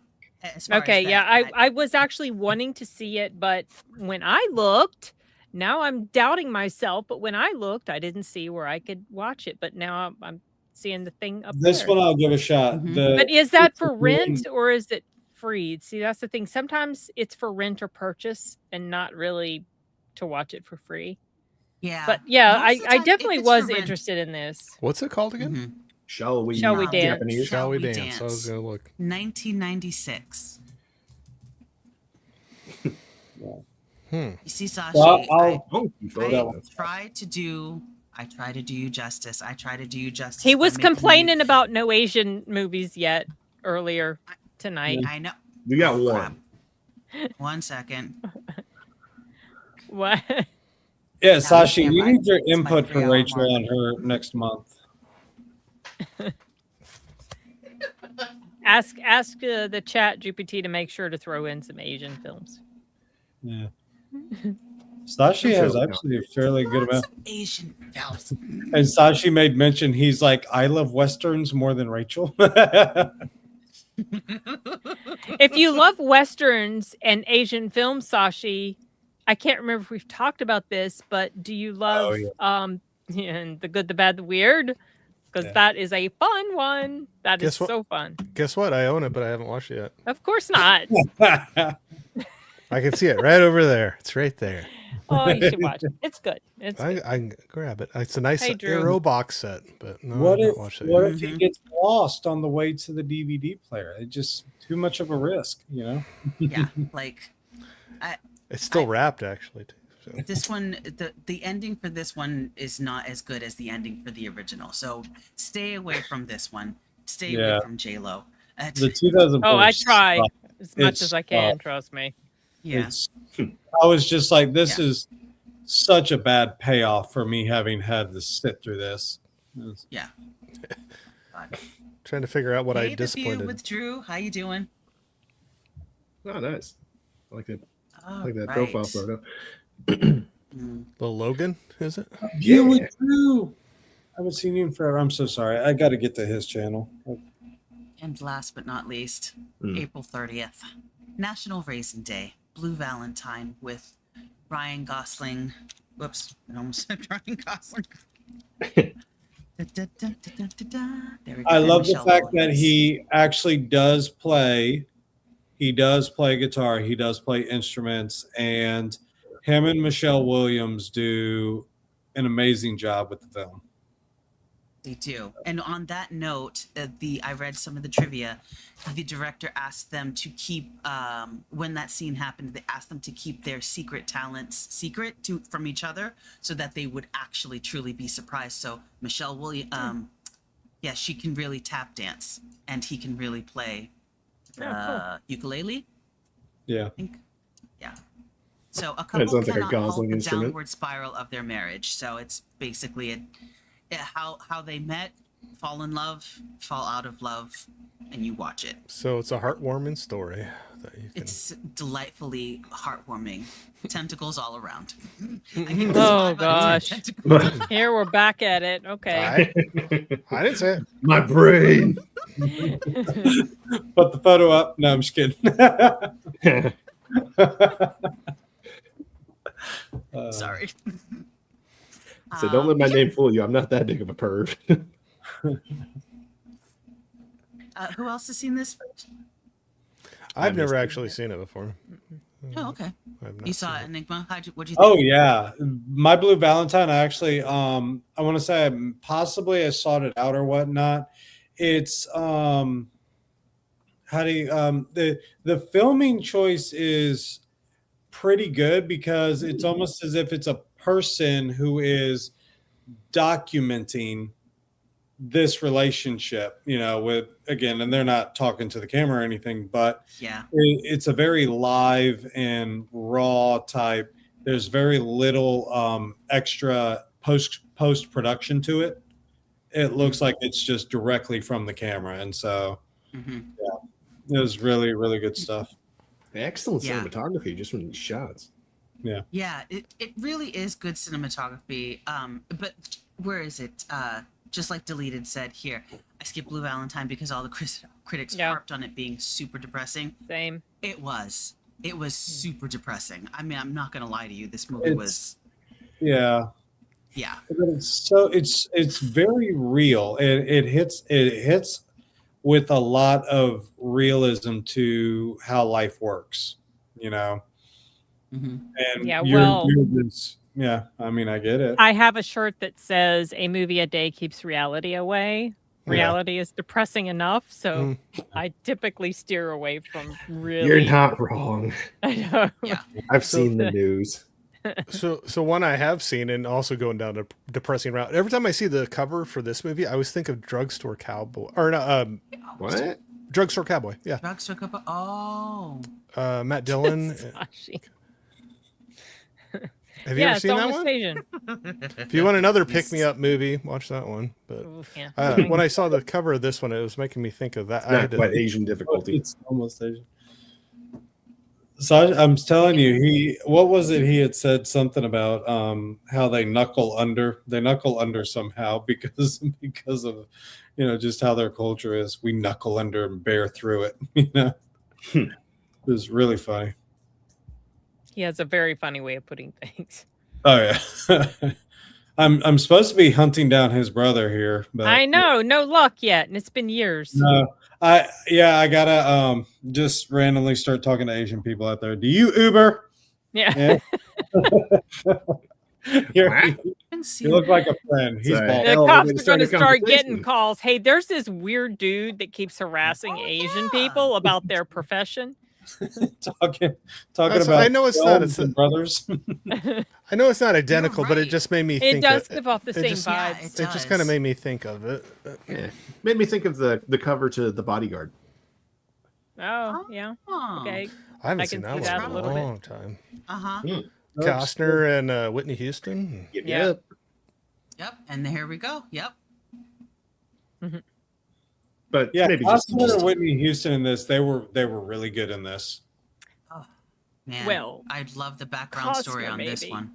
Whitney Houston was a little painful. She's not a good actor. She was annoying. But she's dead now. So it's I know. It's such a tragedy. Her and her daughter both. What were you gonna say, Rachel? The same freaking way. Same. Oh, yeah. I don't remember what I was gonna say, but I'm. What were we talking about? We were talking about tentacles posters. No, we weren't. Stop trying to bring it around to that. It wasn't Rachel this time. Sashi's brother is a 6 foot tall Indian who's almost 60. That's your brother. Oh. Wow. Okay. I don't believe you. Okay. I'm going 5'6" with an attitude. If you don't keep the car clean. No, I'm just kidding. So, wow, we made it. Thank you guys. Oh my gosh. Oh, I just want to say thank you to the chat for showing up at 3.5 hours. I love you guys for showing up Wow, and just really? keeping me company. This is really, really. Thank God we didn't have extra movies. Otherwise, it would have been an extra hour and a half of us inserting what we love, because that was awesome. But last month it made it like 4.5 hours. Oh, that's right. It was a long stream. It was so long. It was. The May movies, this is before you've changed the instructions to the AI. So what do we have in store for us? For like May, June, and July, and August?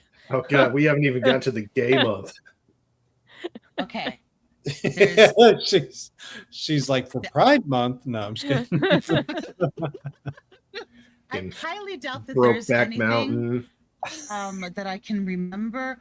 Maybe. Oh, well. In and Out, that movie. Fun with Chuck and Larry. That is funny. That's a good movie. The Cook, the Thief, His Wife, and Her Lover. Does anyone I've heard of of that one? that one. I've heard of it. I've never seen That's it. on the list for next month. And The Serpent and the Rainbow. I think Oh, that's I've a freak. seen that. That's freaky one. Yeah, I've seen that one. So back in there's the that. 80s. Otherwise, everything else is pretty. It's a spicy. There's a So Dracula's on there from '92. That's on. Oh, peeked Bram out your Stoker's- microphone, so I can Bram- only imagine how bizarre Bram this is going to Stoker's be. Dracula. That's not really Bram Stoker's Dracula. Okay. Yeah. She's like, let's put it this way: they can have photos on IMDb this time. It's a low bar, but I'm glad they got over it. Yeah. But yes. So we'll figure out a date for that. Actually, I think I'll message everyone, and we'll get all of that started. But what does everyone have coming up? Rock. Yeah, as I mentioned earlier, this Friday I have a stream coming on with writer and cinematic savant Ian Morrison. This was actually his idea. He wanted to compare and contrast the animated movie Your Name with The Lake House. And that's gonna be all sorts of fun.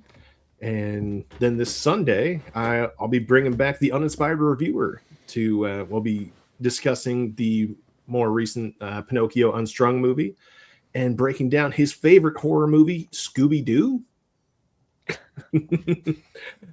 So that's gonna be an absolute blast. Cool. Enigma. I have a lot of sports activities that I get to go and observe. I know it's not a major stream, but volleyball. I am going to hearken, Deleted's shows. So we just got out of the Tuesday night, but Thursday we're most likely going to be hanging out with Netter, and I guarantee you Deleted's going to have a live stream with some I want to say the Westerns. So we're going to be doing that. I definitely show up for those. And then over the weekend, I'm probably going to be torturing Deleted's channel somehow. And then Cole Hauser. Cole Hauser's been doing Saturday.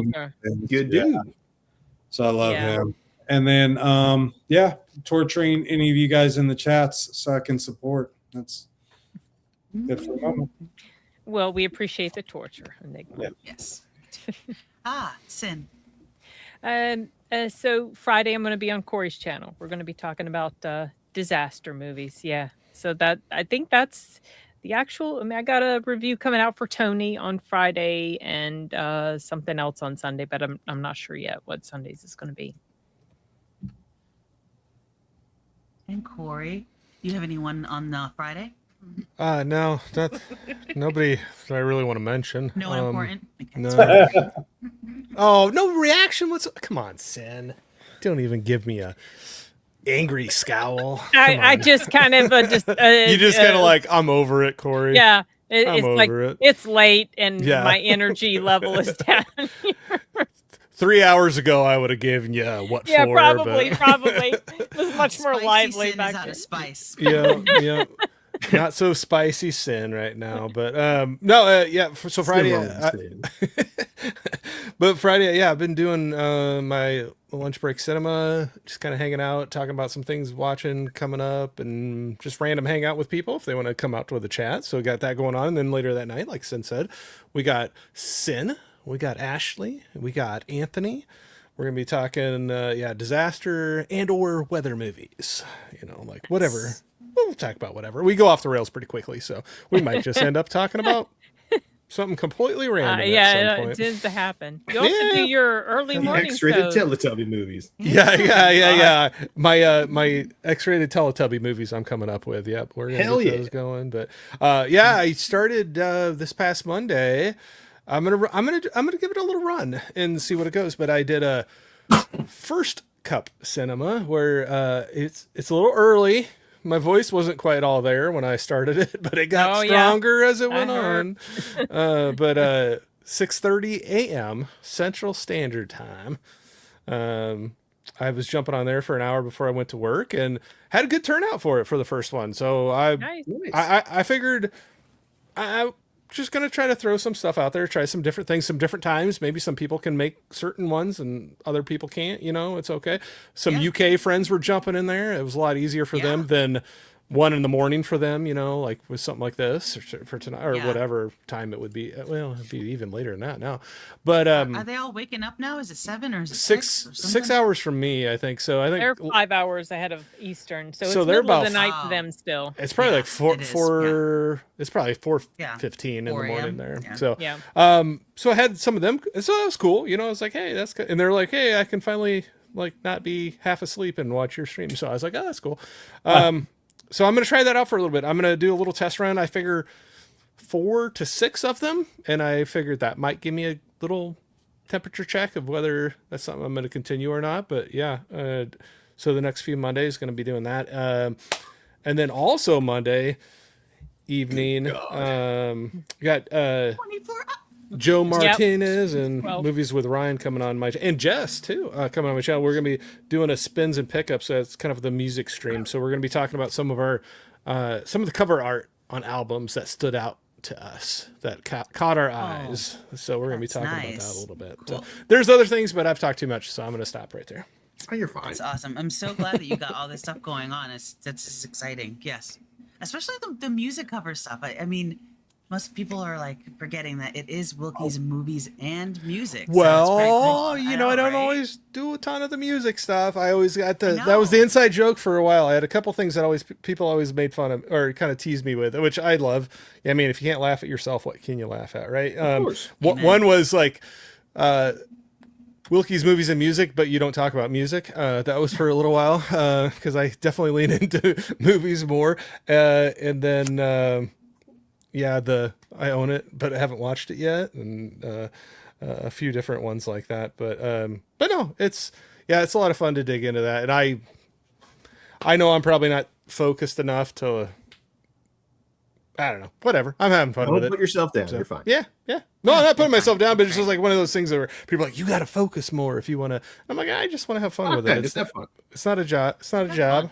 Exactly. It's not a job. It's having fun. So just do your thing. And I've gotten to hang out with cool people like all of you right here. So there you go. Liar. Thank you. Serious. Yeah. Well, I wanted to congratulate. I didn't notice this, but Rachel now has over 100 subs, which is awesome. Woo! Hell yeah! Triple digit. Good job. Thank you. It's always fun to see those the milestones. It's cool to celebrate them. Have fun with it. Because I look at that number and I honestly say to myself, 100 people kind of want to see what I'm doing right now. So make sure that you are, putting out stuff and things like that. But it's not a job. It has to be fun. Mm-hmm. You love doing your live streams. I like doing them once a month, and I love my editing. People don't like editing. So people have their ups and downs with whatever they want to do. Just make sure you are having fun. Yep. And not stressing yourself out for I abandoned pre-recorded and editing a long time ago. Yeah. It's so much easier. Just like, I'm gonna live stream. I'll say stupid stuff and say it wrong, but it's okay. We're gonna. Well, I mean, for some people, that's what works. You know. So, and it's been getting easier for me now. This is like my fourth or more fifth you do live it, stream, and, you know, just where you do it more and more, and it's Yep. like, oh, I know the buttons. I changed everyone to a square now. I fixed the layout on the bottom. I was like, oh, yay! Okay, you're doing it. It's the victories. Like celebrate all those things. That's fun. Yeah. Oh gosh, Sashi, 100+ subs for the tentacle. Yeah. Right. Oh. No, that's truly awesome though. That it is kind of takes you back a little bit though. Like you said, like 100 people somewhere along the line have subscribed to you, and it's going to keep on going up. And but that's cool to see. Like celebrate that and have fun with it, and yeah, keep going as long as it's you're having a good time with it. Mm-hmm. Just like Bobby has a good time drinking milk with ice. Fucking disgusting. The hell is wrong with you? I know some people that do that. I give them a hard time. I give them as a well. hard You time. should fuck those people. They are not human. Some men just want to see the world burn. Like, I just want to putting see ice all of cubes your, in milk. I want to see the face of every single person in this room just go. Ugh. I myself will be on. Okay, I got it. On Sunday, the 23rd, at 11 p.m. I'll be on Deleted's channel. Oh, nice. Yay! Yep. What's it called? Unscripted? No, wait. Yeah. Reserved seats. Uninvited? Oh, reserved seats. Reserved seats. Yeah. Thank you. Reserved seats. He's a streaming machine too, man. I know. That's why it's hard to like say which show it's going to be. You're going to be on because he's a vampire. He does a lot. He is not a vampire. He's a machine. Oh, he's a vampire. Yeah, so I'll be on Deleted's channel on Sunday, and then I'll be on. Actually, I should ask since I'm the only one that's getting a mystery movie. Am I the? Yeah. Do you understand the words that are coming out of my mouth? No, I do not. I'm so tired of wrapping this up. Am I hosting on my own? We'll talk in the background. Wait, thank you describe to it to Chad. him. Okay. What? Yeah, so there's a movie. There's a movie at AMC. I don't know about if there's going to be one for you, Corey. I'm looking it up right now. What is wrong with you, Domical? But there is. Is he still on about the ice in milk? No, he's adding Add more. sugar to his milk. He adds sugar gross. to his milk. Okay, have you ever heard of milk toast? Ban that man. We used to eat, as a kid, my grandma would make that milk toast. I would be doing a disservice. I'd be doing a disservice to Deleted, but Deleted put it in the chat that he's doing Pirates of the Caribbean at World's End. That's right. I was wrong. So that is coming up. Okay. And then we have Rachel on her reserved. Yes. I don't know yet if I'm going to go see because I have to travel a little bit farther to my AMC. If it's going to be Buddy and if Buddy's going to be good, maybe. I haven't had the best of luck at going to the AMC for their mystery movies when it's not at Regal. Like I haven't generally just really loved them. I've left feeling, kind of wish I hadn't made the drive. But that's funny. We'll see. All of the ones that I've brought Josh to have been all hits, so I can't break the streak. So he's coming to the Buddy one. The last one he came to was the Sheep Detectives, and then before that it was Good Luck, Have Fun, Don't Die. That's because they were also Regal movies. They were also at Regal. Yeah, so that's what I'm saying. Say, yeah. So I don't know if I'm going to see it yet. I released, I don't know why in Regal's case not you doing missed it for March. So in case you missed anything that came out in March, check out my video. All of the in memoriams for 2025 have been released, and I will be starting on 2026. Rest in peace, because y'all are going very fast lately. Oh shit! You need to slow down. You need to slow down. Okay. Please and thank you. On that note, everyone take care of yourselves. Love you. Love the channel. Love the channel. Love the panel. Oh my God. Yeah, you gotta love the channel too. Come on. It's all right. Share the love all the way around. A little bit egocentric, Rachel. If I must say so myself, I love my channel and it's the greatest thing ever. You should no. We're getting a little slap happy, a little sleepy happy here. Yeah. Be happy and stream and stream. I'm too old for this shit. The only way to stay out of trouble is to grow old, so I guess I'll concentrate on that.